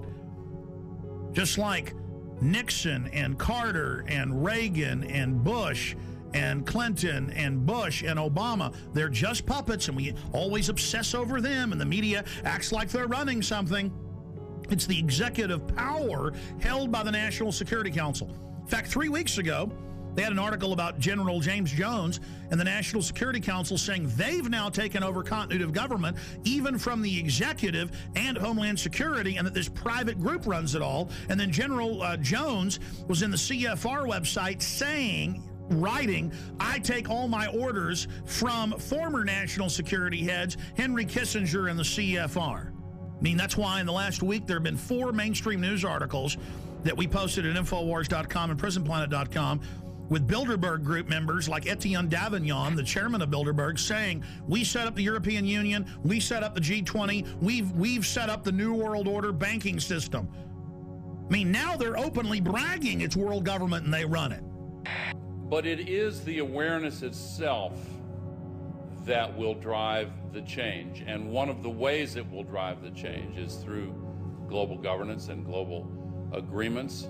But the many business leaders who have been present here are among those taking leadership in other ways. Yet these problems can be overcome by a joint effort in and between our countries. 2009 is also the first year of global governance, with the establishment of the G20 in the middle of the financial crisis. The climate conference in Copenhagen is another step towards the global management of our planet. This is collective action, people working together at their best. I think a new world order is emerging, and with it the foundations of a new and progressive era of international cooperation. And then if I dare talk about it, they go, oh, shut up, Jones. You crazy nut, none of that exists. And if you talk about it, you're going to cause violence. Just give in to the New World Order, roll over to it, hand your guns in.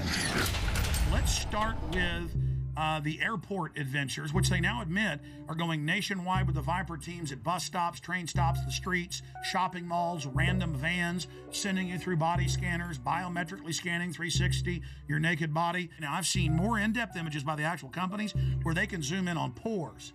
Okay, so they're showing you a low-res image, but totally naked, your family, it's child porn, they don't care. Now, if you take a picture of your 2-year-old daughter in diapers, and this made ABC News and CNN, the children's bottoms weren't even seen, but because the children had towels around them hugging. That was a 3-year-old and 2-year-old. They were arrested. Their children were taken. So that's things that aren't bad are called bad. But then the government recording your naked wife, you, your children, and now they're going in at all major airports, 214, and there people in Houston are being forced through them, but people are refusing and saying, no, you perverts, you're not going to do that. So Aaron Dykes and Rob Dew, back from 6 days of adventure with the police state in Canada and the U.S. Tell us what happened. Well, I got hit up first. This was in D.C. flying to Detroit. Because you got long hair. You get pulled out every time. Some kind of Al Qaeda. But Aaron was already through security, and I walked through, and they go, oh, sir, can you step in here?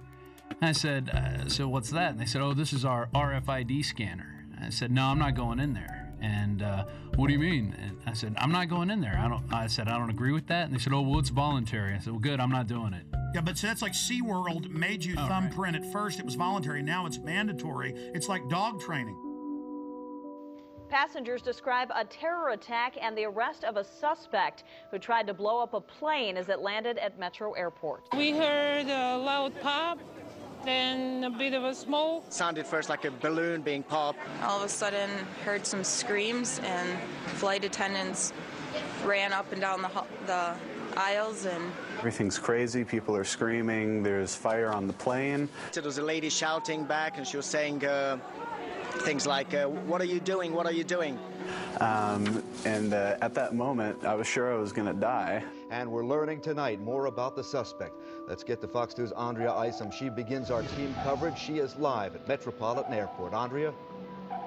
As the hours go on, you are right. We are learning more about the suspect, and quite frankly, the details are chilling. The man, the menace, 23-year-old Abdul Mudala of Nigeria. Mudala's despicable actions were all on al-Qaeda's behalf. Sources telling Fox News his instructions were to blow up the plane over U.S. soil. The intelligence community knew about Umar Farouk Abdulmutallab weeks ago and failed to spread word that would have put him on the no-fly list. The father of the suspect in the Christmas incident warned U.S. officials in Africa about his son's extremist views. That a report was prepared and it was sent on to the CIA in Langley, Virginia, CIA headquarters, but it was not disseminated to the wider intelligence community. Obviously, when you have a father coming in and talking to the embassy about a son who's radicalized, gives the embassy the passport number, the first thing you would think is a very fast effort to see if the person's got a visa and suspend the visa. One of the things you don't know about is the number of people that we have turned away because their name has been on the watch list or on the no-fly list. Only my mom could, but not me and my dad, because both me and my dad are on the watch list. Tough to believe, but 8 years later, we are still talking about connecting the dots and a failure to communicate. Call for immediate reviews on how this guy got on the plane and how he was able to get some explosives on the plane. So we got a while to go. This is a controlled patsy. Facts are facts. You can have your own opinions, but you can't have your own facts. And we have this same pattern that we've seen again and again. We have these individuals that have very limited mental equipment, but nevertheless they're able to work miracles. In other words, they can do things that a normal person would never be able to do. You'd be arrested, you'd be questioned, you'd be searched, you'd be stopped in some way. He gets out of countries, he's disheveled, looks like he's drugged, stumbling around. I mean, this is classic. He doesn't get on any serious list of for scrutiny or special search. And then we have this famous story of the well-dressed Indian who accompanies him. I saw two men, and they caught my eye because they seemed to be an odd pair. One was what I would describe as a poor-looking black teenager around 16 or 17, and the other man, a age 50-ish, wealthy-looking Indian man, and I was just wondering why they were together. Kind of strange. And I watched them approach what I would call the ticket agent, the final person that checks your boarding pass before you get on the plane. He gets from one plane to another thanks to this patsy minder, a patsy chaperone or patsy monitor. The only person that spoke was the Indian man, and what he said was, this man needs to board the plane, but he doesn't have a passport. And the ticket agent responded, well, if he doesn't have a passport, he can't get on the plane. To which the Indian man responded back, he's from Sudan, we do this all the time. And the ticket agent said, well, then you'll have to go and talk to my manager. And she directed them down a hallway. And that was the last time that I saw the Indian man, and the black man I didn't see again until he tried to blow up our plane. Then I'd be interested to see, is there a passport? Won't the FBI please show us a passport if there is one? They won't release the videos from Amsterdam. I mean, this is suspicious. Oh, yes. I think it's beyond suspicious. It's a clear case of a patsy. So he's a controlled asset. And, of course, it's not a matter of failure to connect the dots. We're hearing all about the unconnected dots. No, this is the desired outcome. Let me just point out a couple of other things here. We're told that this alleged bomber, right, Knicker bomber, whatever they call him, he was in contact with this character Al-Laki, in Yemen. And of course, this Awlaki, I call him Awlaki the CIA lackey. Awlaki the lackey, and remember, he's a CIA lackey. He's a double agent, a triple agent if you want. He is used as a kind of beacon to recruit patsies across the world, and they can always sheep dip somebody like Major Hassan. If they want to say, you're linked to Al-Qaeda, they just have you exchange a few emails with this Awlaki, and that's what he's good for, right? He goes back to 9/11 and Hani Hanjour.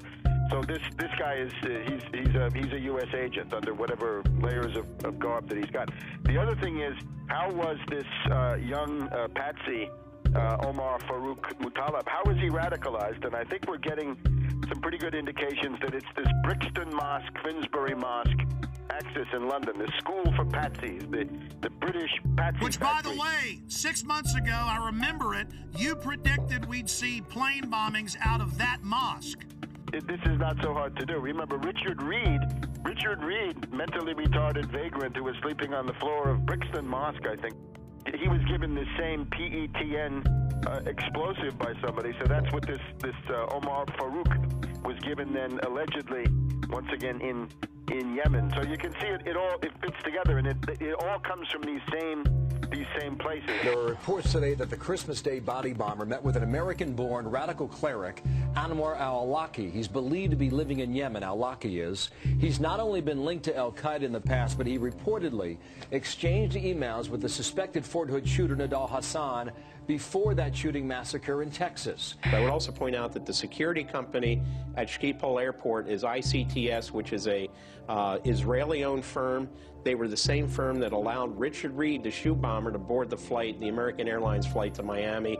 Same explosive material was found in his shoes as was found in Mr. Muttalib's underwear. They ignored the threats on purpose. Obviously, this, we had a lot of people sitting at home over the Christmas holidays, families gathered around a television set. Another terror attack, huge problems for travel now. When we talk about screenings at the airport and other protective mechanisms along the way, what should we be doing that clearly we're not? The scanning machines that we currently are beginning to deploy in the U.S. that would give us the ability to see what someone has concealed underneath their clothing. These body scanners are the key with, like, these different psychological syndromes where people serve the abuser. Yeah, because that's where you have to get in as to where this is going. It's not fun. It's degradation. It's the dehumanization of the individual. So really, what they're telling you is not only do you not own your body, you own nothing. You don't even own the patents to your own genes.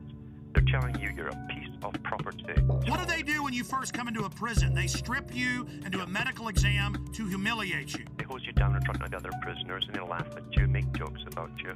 When Aaron went through, it was even worse because I was behind him. Yeah, I went through. He told me to go through the scanner, and I said no. He said, why aren't you going to do it? I said, it violates my privacy. And this is what happened. This guy got scared. This guy was physically bigger than me. He was athletic. He started shaking when I said no. You think it doesn't matter to... Well, because it's a delusional world. He thought he'd found a real terrorist. Yeah. He was shaking, visibly shaking when I said no. He tried to trick me to go through it again and told me they were going to body wand me, which they ended up doing. And then he tells me, oh, because I don't like it because it violates my Fourth Amendment, I read too much. Oh, you're one of those who reads too much. And you said he put his hands on you. Oh, yeah. Oh, yeah, he grabbed When I said no, like this. He started shaking. He didn't know what to do, and then his first flinch reaction was to grab my arm and try to pull me through the scanner. It was absolutely crazy, and you got women apologizing to the agents. I'm so sorry, I forgot my mascara and my lipstick.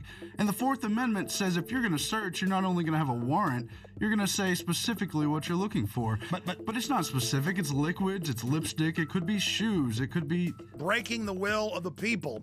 The real purpose of body scanners, and you scroll down, it shows the Nazis and others strip-searching women in World War II. I'll tell you what I would do personally. I would just take photographs of all the mass graves of World War II and the Soviet Union, of all the naked bodies, and have big placards of that. And Genius! And saying, we're not going to end up like this. No, thank you. Great idea, pointing out that they always strip you down before they kill you. I mean, it's a real act of submission. Do you agree with me that this, telling everyone you will be naked body scanned, is a key point in our conditioning and we must resist it? Oh, absolutely, absolutely. It's an ongoing process of personalization, dehumanization, and getting the public to accept the fact that they're nothing but cattle.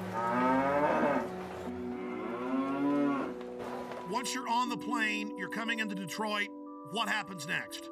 The pilot comes on the speaker and he says we have 10 minutes to landing. Flight crew, take your seats and buckle up. A flight attendant walks by my seat, mumbling to herself, something smells like smoke. I looked up. I'm in row 27. I could see smoke coming from row 19, 8 rows up. It wasn't a lot of smoke at that time, and it looked like it was coming from the floor. So I unbuckled my seatbelt, took a few steps up the aisle to get a better look, and then it burst into flames across the floor of the seats and up the wall to the ceiling.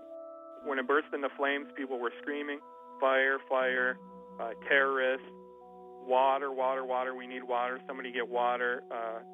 Flight attendants were screaming. The pilot comes on the intercom and says emergency landing and starts speeding up.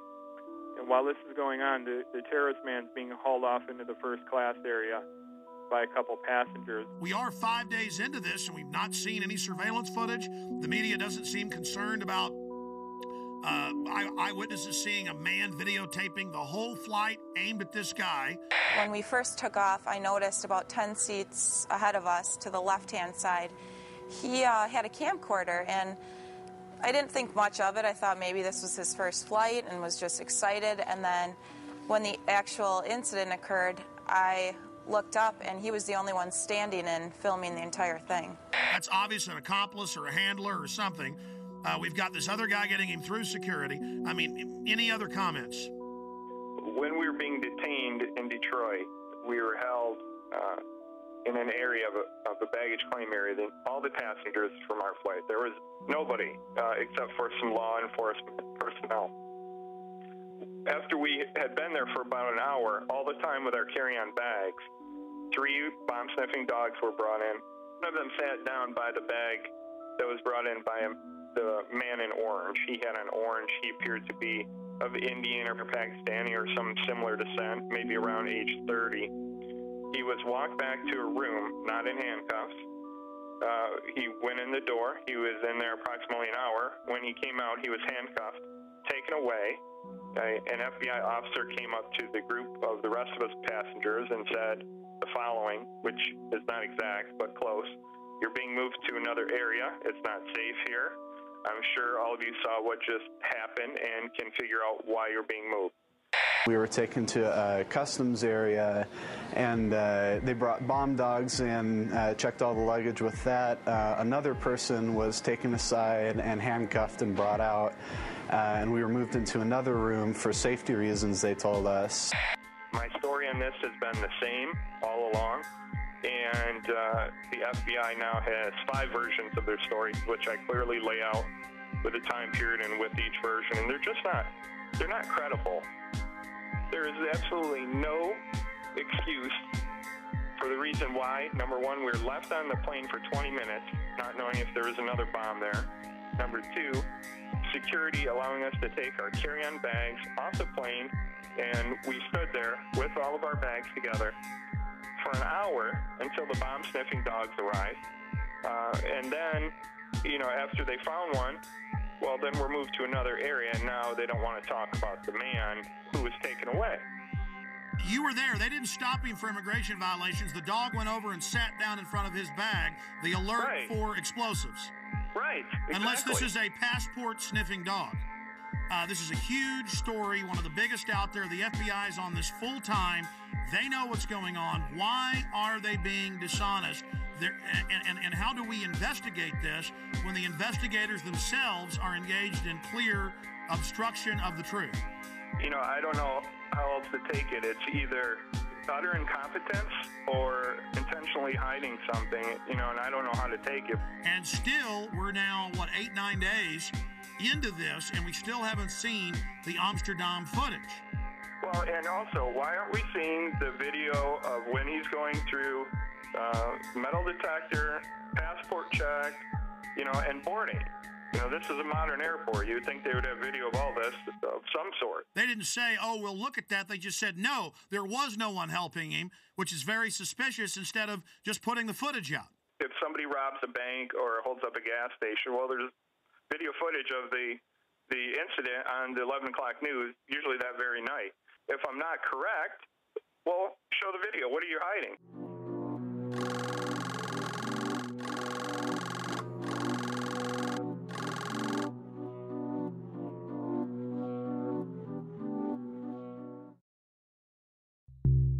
Well, now, Sunday it came out, 5 days ago, 6 days ago, authorities were watching different Nigerian on Christmas Day flights, CNN. What a way to take a huge issue and just kind of put it out there like it's milquetoast. Okay, there was somebody else. Yeah, they did arrest him, but we're not going to talk about it. Kurt, there's a definite cover-up, and you've been vindicated in triplicate. Not only that, but I don't know if you caught the ABC News article that came out over the weekend. There were a couple sentences snuck in the bottom of this article about female suicide bombers. I don't know if you caught this. No, tell us. I'll read it to you word for word. Federal agents also tell ABC News they're attempting to identify a man who passengers said helped Abdul Muttalab change planes for Detroit when he landed in Amsterdam from Lagos, Nigeria. Authorities had initially discounted the passenger accounts, but the agents say there is a growing belief the man may have played a role to make sure Abdul Muttalab did not get cold feet. Oh my God, you've been vindicated by them on that. But obviously they think the trail's cold now. They have all the surveillance footage. They were involved in a cover-up. Kurt, this is huge. Well, that was my take on it, but unfortunately for ABC News, they buried it in the bottom of a seemingly unrelated article about female suicide bombers heading here from Yemen. Why is this not front page news everywhere, number one? Number two, why are you burying it at the bottom of this article? Number three, why did you initially discount my story to begin with? It's not like I'm not credible here. And of course, they had COINTELPRO posing as the Patriot movement attacking you. All the usual suspects. I mean, it never ends, Kurt. We are, of course, going to get into the top story today. In plain view, as if it's no big deal, DetroitNews.com.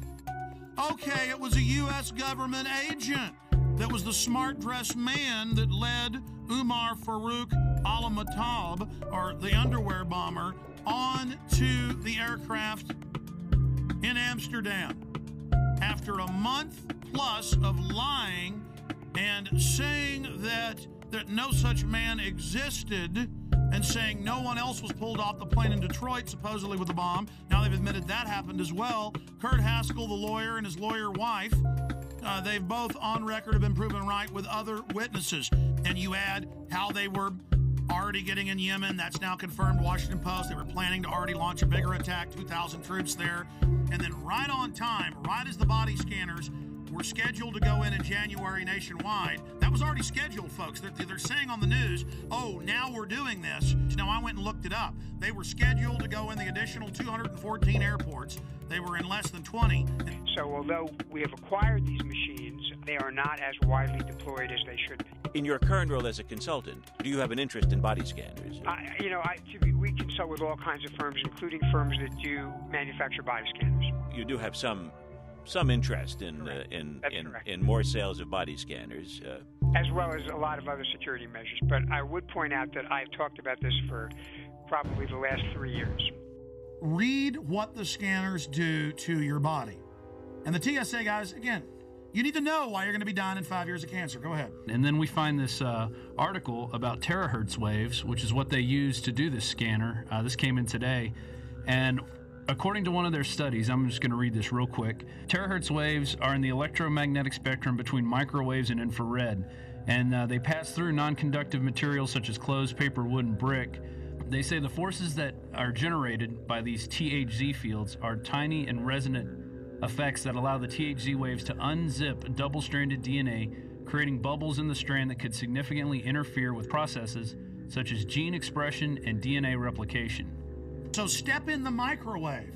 And of course, the fools don't know that the reports you've pulled up and I've looked at, these things are leaking. But the TSA guys are going to love dying of cancer. Oh, yeah. This is fun. Surrounding it. They're all around it. The thing's right there. Well, see, that's kind of the good thing, though. See, evil always gets judged. These guys make excuses. They're going to make excuses about scanning naked children, scanning naked women and men. They're going to make excuses about how it doesn't hurt you. They're the ones that are going to die first. Oh, yeah. 8 hours a day standing around it. And I'm sad for them, but this is what they want. This is what they get. This is a test of the emergency alert system. Let's go ahead and play the clergy response team clip. Now remember, before this became national news, we got the secret documents from pastors who've been recruited by FEMA. We posted the secret documents with FEMA phone numbers. Train your flocks to turn their guns in. Train your flocks to go to FEMA camps. Train your flocks to take forced inoculations. People didn't believe us, just like they didn't believe the MIAC report. Then, suddenly, local news began reporting it, but like it was a good thing. Now, listen, will martial law ever be a reality? And the preachers are there, being paid by the government, faith-based initiative, now continuing under Obama, to tell their flocks to do what they're told by the authorities, and the government's biggest threat is the American people. That's a quote. So, this is specifically the pastors getting ready for us to go to FEMA camps. And there's thousands of pieces of evidence like this, and Glenn Beck's saying it doesn't exist. Here it is. Law ever become a reality in America? Some fear any nuclear, biological, or chemical attack on U.S. territory might trigger just that. And as KSLA News 12's Jeff Farrell discovered, the clergy would help the government with potentially their biggest problem, us. From my cold, dead hands. Charlton Heston's famous declaration captures a truly American value, the overarching desire to protect our freedoms. But gun confiscation is exactly what happened during the state of emergency following Hurricane Katrina in New Orleans. U.S. troops also arrived, something far easier to do even now thanks to last year's elimination of the 1878 Posse Comitatus Act. That forbid U.S. troops from policing on American soil. If martial law were enacted here at home, like depicted in the movie The Siege, easing public fears and quelling dissent would be critical. And that's exactly what the clergy response team, as it's called, helped accomplish in New Orleans. Jeff, the primary thing that we say to anybody is let's cooperate and get this thing over with, and then we'll settle the differences once the crisis is over. Such clergy response teams would walk a tightrope between the needs of the government versus the wishes of the public. In a lot of cases, these clergy would already be known in the neighborhoods in which they're helping to defuse that situation. For the clergy, one of the biggest tools that they will have in helping calm the public down or obey the law is the Bible itself, specifically Romans 13. Because the government is established by the Lord, you know, and that's what we believe in the Christian faith. That's what's stated in the Scripture. Civil rights advocates believe the amount of public cooperation may depend largely on how long they expect a suspension of their rights might last. And see, here is Mother Jones. Should Obama control the internet? It says right here, Senator John Rockefeller, goes by J. Rockefeller, has announced they need to end the internet, that it's bad, and that private companies will have government hubs tied into them to snoop on everyone without warrants and to be able to shut down the web instantly. See, right now the government has to get warrants and go out and seize all the hubs. Here's another one. America's secret police. Intelligence experts warn the proposal to merge two Pentagon intelligence units could create an ominous new agency. And the head of cybersecurity just resigned 3 weeks ago, saying the Pentagon and Homeland Security are taking over the internet and it's a threat to freedom in America. So their own guys quitting, saying this takeover is happening. All the radio and TV in the nation under the emergency alert system in 96, under a federal law and executive order, FEMA is wired into the transmitters themselves and cable to take over all the systems and broadcast anytime they want. Before, the stations would tune to a signal themselves. Now that's out of their hands. All of that's going on. So see, they've got the preachers, they've got the citizens, they've got the military prepared for martial law, and they could remotely listen to you even when the cell phone's off. That's standardized the cell phones. And all telecommunications companies were given $9 billion total to put in whole floors for the NSA to move into. So the NSA doesn't tap the phone companies. They are the phone companies. Just like FEMA on all radio, TV, cable, you name it, is already in control. with hubs at the transmitter site or at the satellite uplink site, the last piece of equipment. This is in my film Police State 2000, by the way. See, I was sitting there talking to the engineer in 1996 at KJFK FM, and he calls me over and goes, look at this, Alex. They're ordering us to do this. Here's all the secret documents. We're not supposed to show this to anybody. And I was sitting there reading it. FEMA takes over through this. Everything you do goes through this system. I mean, that's what you hear when it goes bang, bang, bang. You know, this has been an emergency alert system. That is a federal test tone going via shortwave radio transmitters, dials in, and takes control of your radio station. And that's what they say right here. During emergencies, when they're rounding people up and arresting them and shooting people, their job is to keep the media shut down. They don't have to come arrest Alex Jones. They hit one button, the internet shuts off. They hit one button,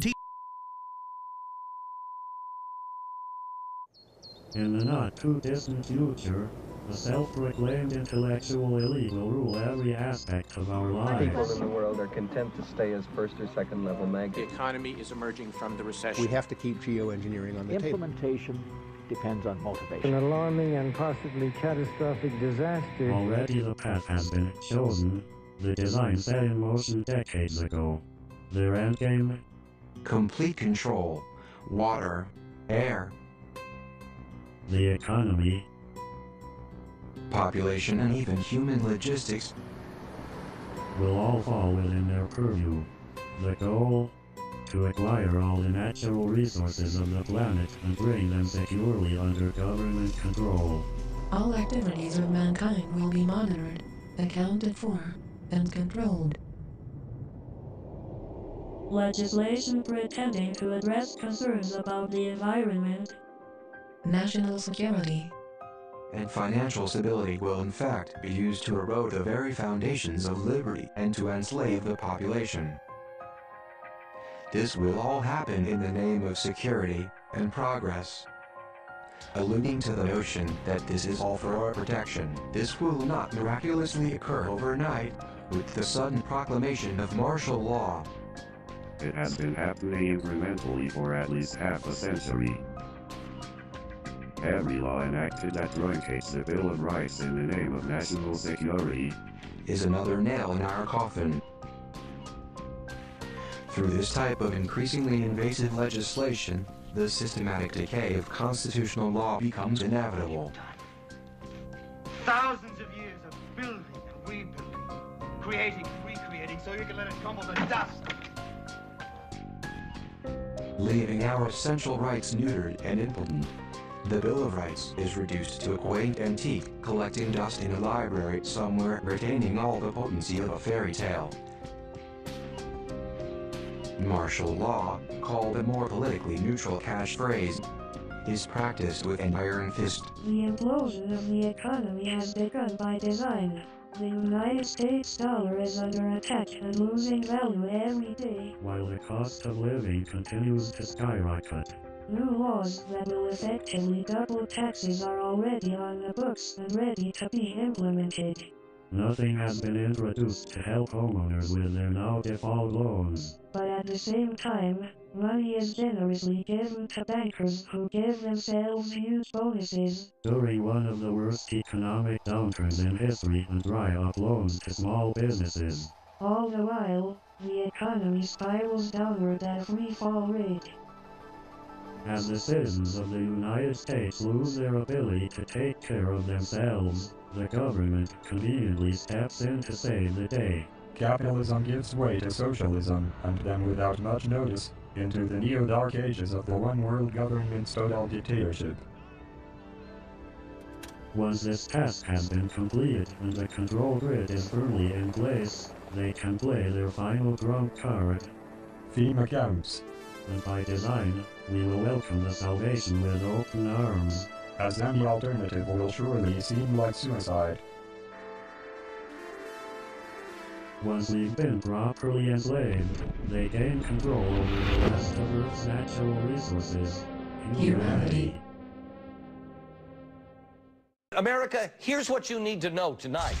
I'm, you know, basically a rodeo clown. If you have any kind of fear that we might be headed towards a totalitarian state, look FEMA trailers, FEMA prisons, FEMA camps. I want proof. If they exist, I want pictures. I lost sleep last night worrying about this story, thinking about this story. But when I see, you know, 9/11 victim family on television or whatever, I'm just like, oh, shut Well, up. Yesterday we talked about debunking conspiracy theories. The only thing that I answer to is myself. And I just want to be able to look at myself in the mirror and also sleep at night.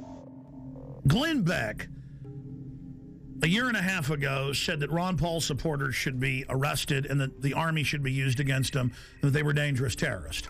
You need more tears. Yeah, I'm listening. And try to keep your eyes open. I know it's probably like impossible. Or that's what I'd have you believe. You know, it took me about a year to start hating the 9/11 victims' families. I don't hate all of them. I hate probably about 10 of them. Any of these 9/11 truthers who I've been telling you for years are dangerous. Guy Fawkes. This guy was a British terrorist who tried to overthrow the government by blowing up Parliament and killing everybody in it. Paul's supporters called the donations, and I'm quoting, a money bomb. It's really not the way I would go, you know, tying my movement in with a historical terrorist attack. You're right. There's a strain of isolationism and anarchy in the American tradition, which Ron Paul is tapping into. I think it's very significant that he chose Guy Fawkes. There are plenty of, unfortunately, libertarian websites which are indistinguishable from the anti-American left these days. Yeah. So, totally in bed with the Islamo-fascists and have turned against this country. Turned against this country. This country. Where am I wrong? The Ron Paul Revolution. I think it's meant to be a catchy slogan, but I fear some of his fringe supporters are taking the word revolution too literally. What Glenn Beck is saying is a talking point being given out to the media. And this is going to drive the conspiracy theorists crazy. Let me out. I have this. They're making me say this. Help. Because we were seeing Bill O'Reilly and Sean Hannity say it. We were seeing CNN hosts say it. We were seeing Joe Scarborough say it. And I said, that's a talking point.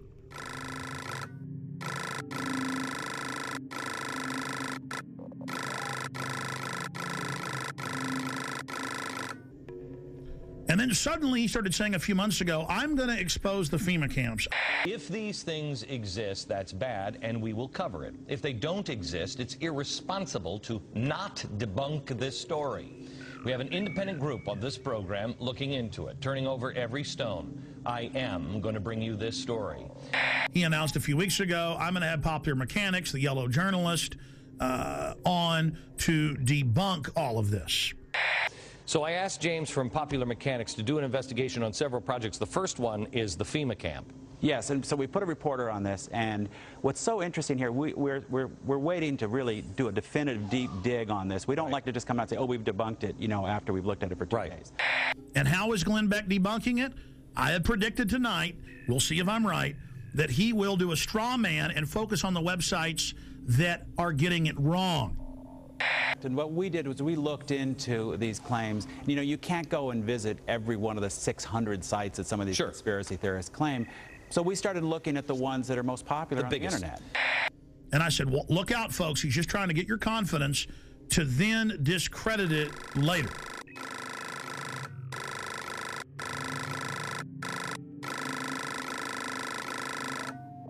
We mailed letters to Glenn Beck. I know people that work in his office. I contacted him and I said, here's the proof. If he wants it, we stand by to work with Mr. Beck if he isn't going to come out next week and say arrest all of us, basically like he was doing a year ago. First of all, on the FEMA prison thing, I know we've been in contact with your office and we would appreciate any help that you have. I want to make sure we're turning over every stone on anything because there's a lot of crazy stuff that is being said about these things. And because Beck says he's been doing months of research and they've been having trouble finding it. He's doing research, but he can't ever bring any facts. And he makes little jokes about, ooh, the government's going to get me, or, oh, I'm being censored on Fox, and calls us conspiracy theorists. And I'm predicting Glenn Beck is going to attack us this way. They're going to show the 1990s video of the closed-down Amtrak train system up by Chicago. So we started looking at the ones that are most popular on the internet. Okay, and let's show the video. First, show me the video that is on the internet. This is one of the so-called, I guess, a death camp. This is something where they're showing a so-called concentration camp. These are turnstiles. This is in a secure behind the fence. I don't know how they got this video when it was behind the fence, but they went in and got this video. Like so many of these things, the truth is actually fairly evident. This is an Amtrak repair facility in Beech Grove, Indiana.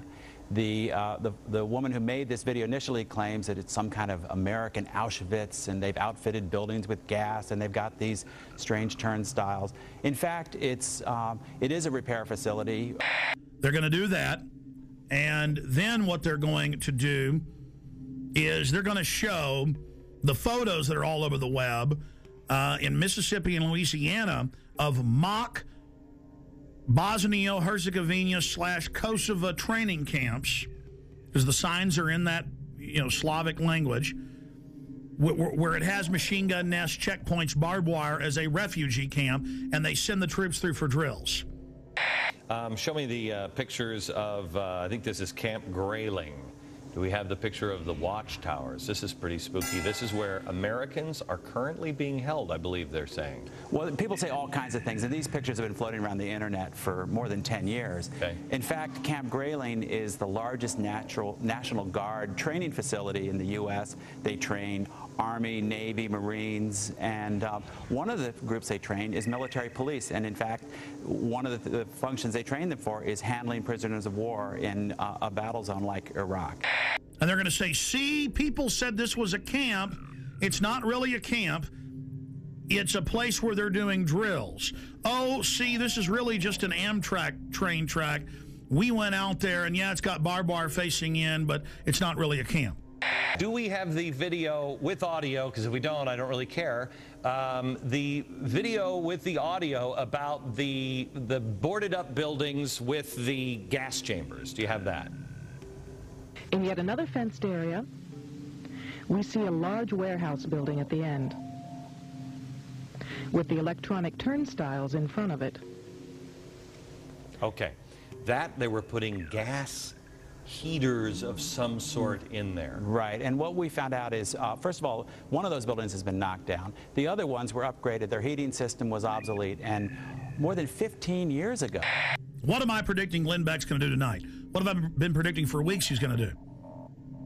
He is going to come out and say, look at this. This is just a regular prison. And they're taking photos of it and saying it's a camp. Oh, look at this. There's a kernel of truth. They have introduced a bill for during emergencies to have FEMA places for folks to go. I mean, they've got to do that, like Katrina. Oh, look at this. This is an Army training facility for a refugee camp simulation. Oh, look at what I know how they operate. I know how Popular Mechanics operates. I was right about Glenn Beck setting you up when he said he was going to expose the FEMA camps, and I said, you watch, he's going to debunk them. Well, trains, I believe Auschwitz had trains. I'm just saying, Jim. Well, once you go down that road, you can't really, if somebody's wants to be convinced of that, you can't really debunk that. I understand these people because he reads off a script, ladies and gentlemen. I know the sheet of music he's singing off of. I know the next line in the chorus. This stuff is scripted. So the establishment comes out and mixes some truth about FEMA camps and things, but then makes jokes about it, mixing it in with patriots and gun owners are dangerous. He's currently doing that. And then some of them get fooled by that. I challenge Glenn Beck. You claim you've been doing research for weeks on this and you can't sleep. Okay, buddy. Everybody's going to email you, your radio show and Fox News, the last 45-minute piece we've done. Your little staffers can watch that, and everything there can be Googled, pulled up from government documents at the Army.mil and FBI and everywhere else, and then you'll have a clear picture of what's being set up and how they now have to orchestrate an economic collapse to get us to accept this as society breaks down.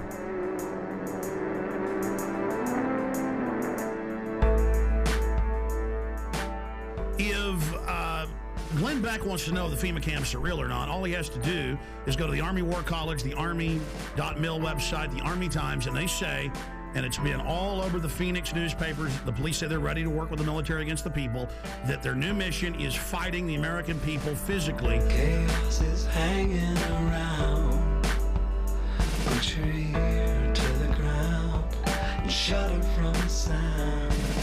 The death machine ain't slowing down, it's gaining pound for pound. A gas mask is the couture in the summer of rage. They're building mass graves within the states. You and I, they'll vaccinate. They're preparing us for an all-out police state.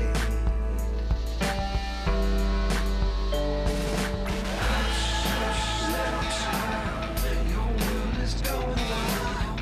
Can't trust nothing but the love in your mama's eyes. Little child, salvation's in your smile. Just wish I could be alive to see the whole river rise.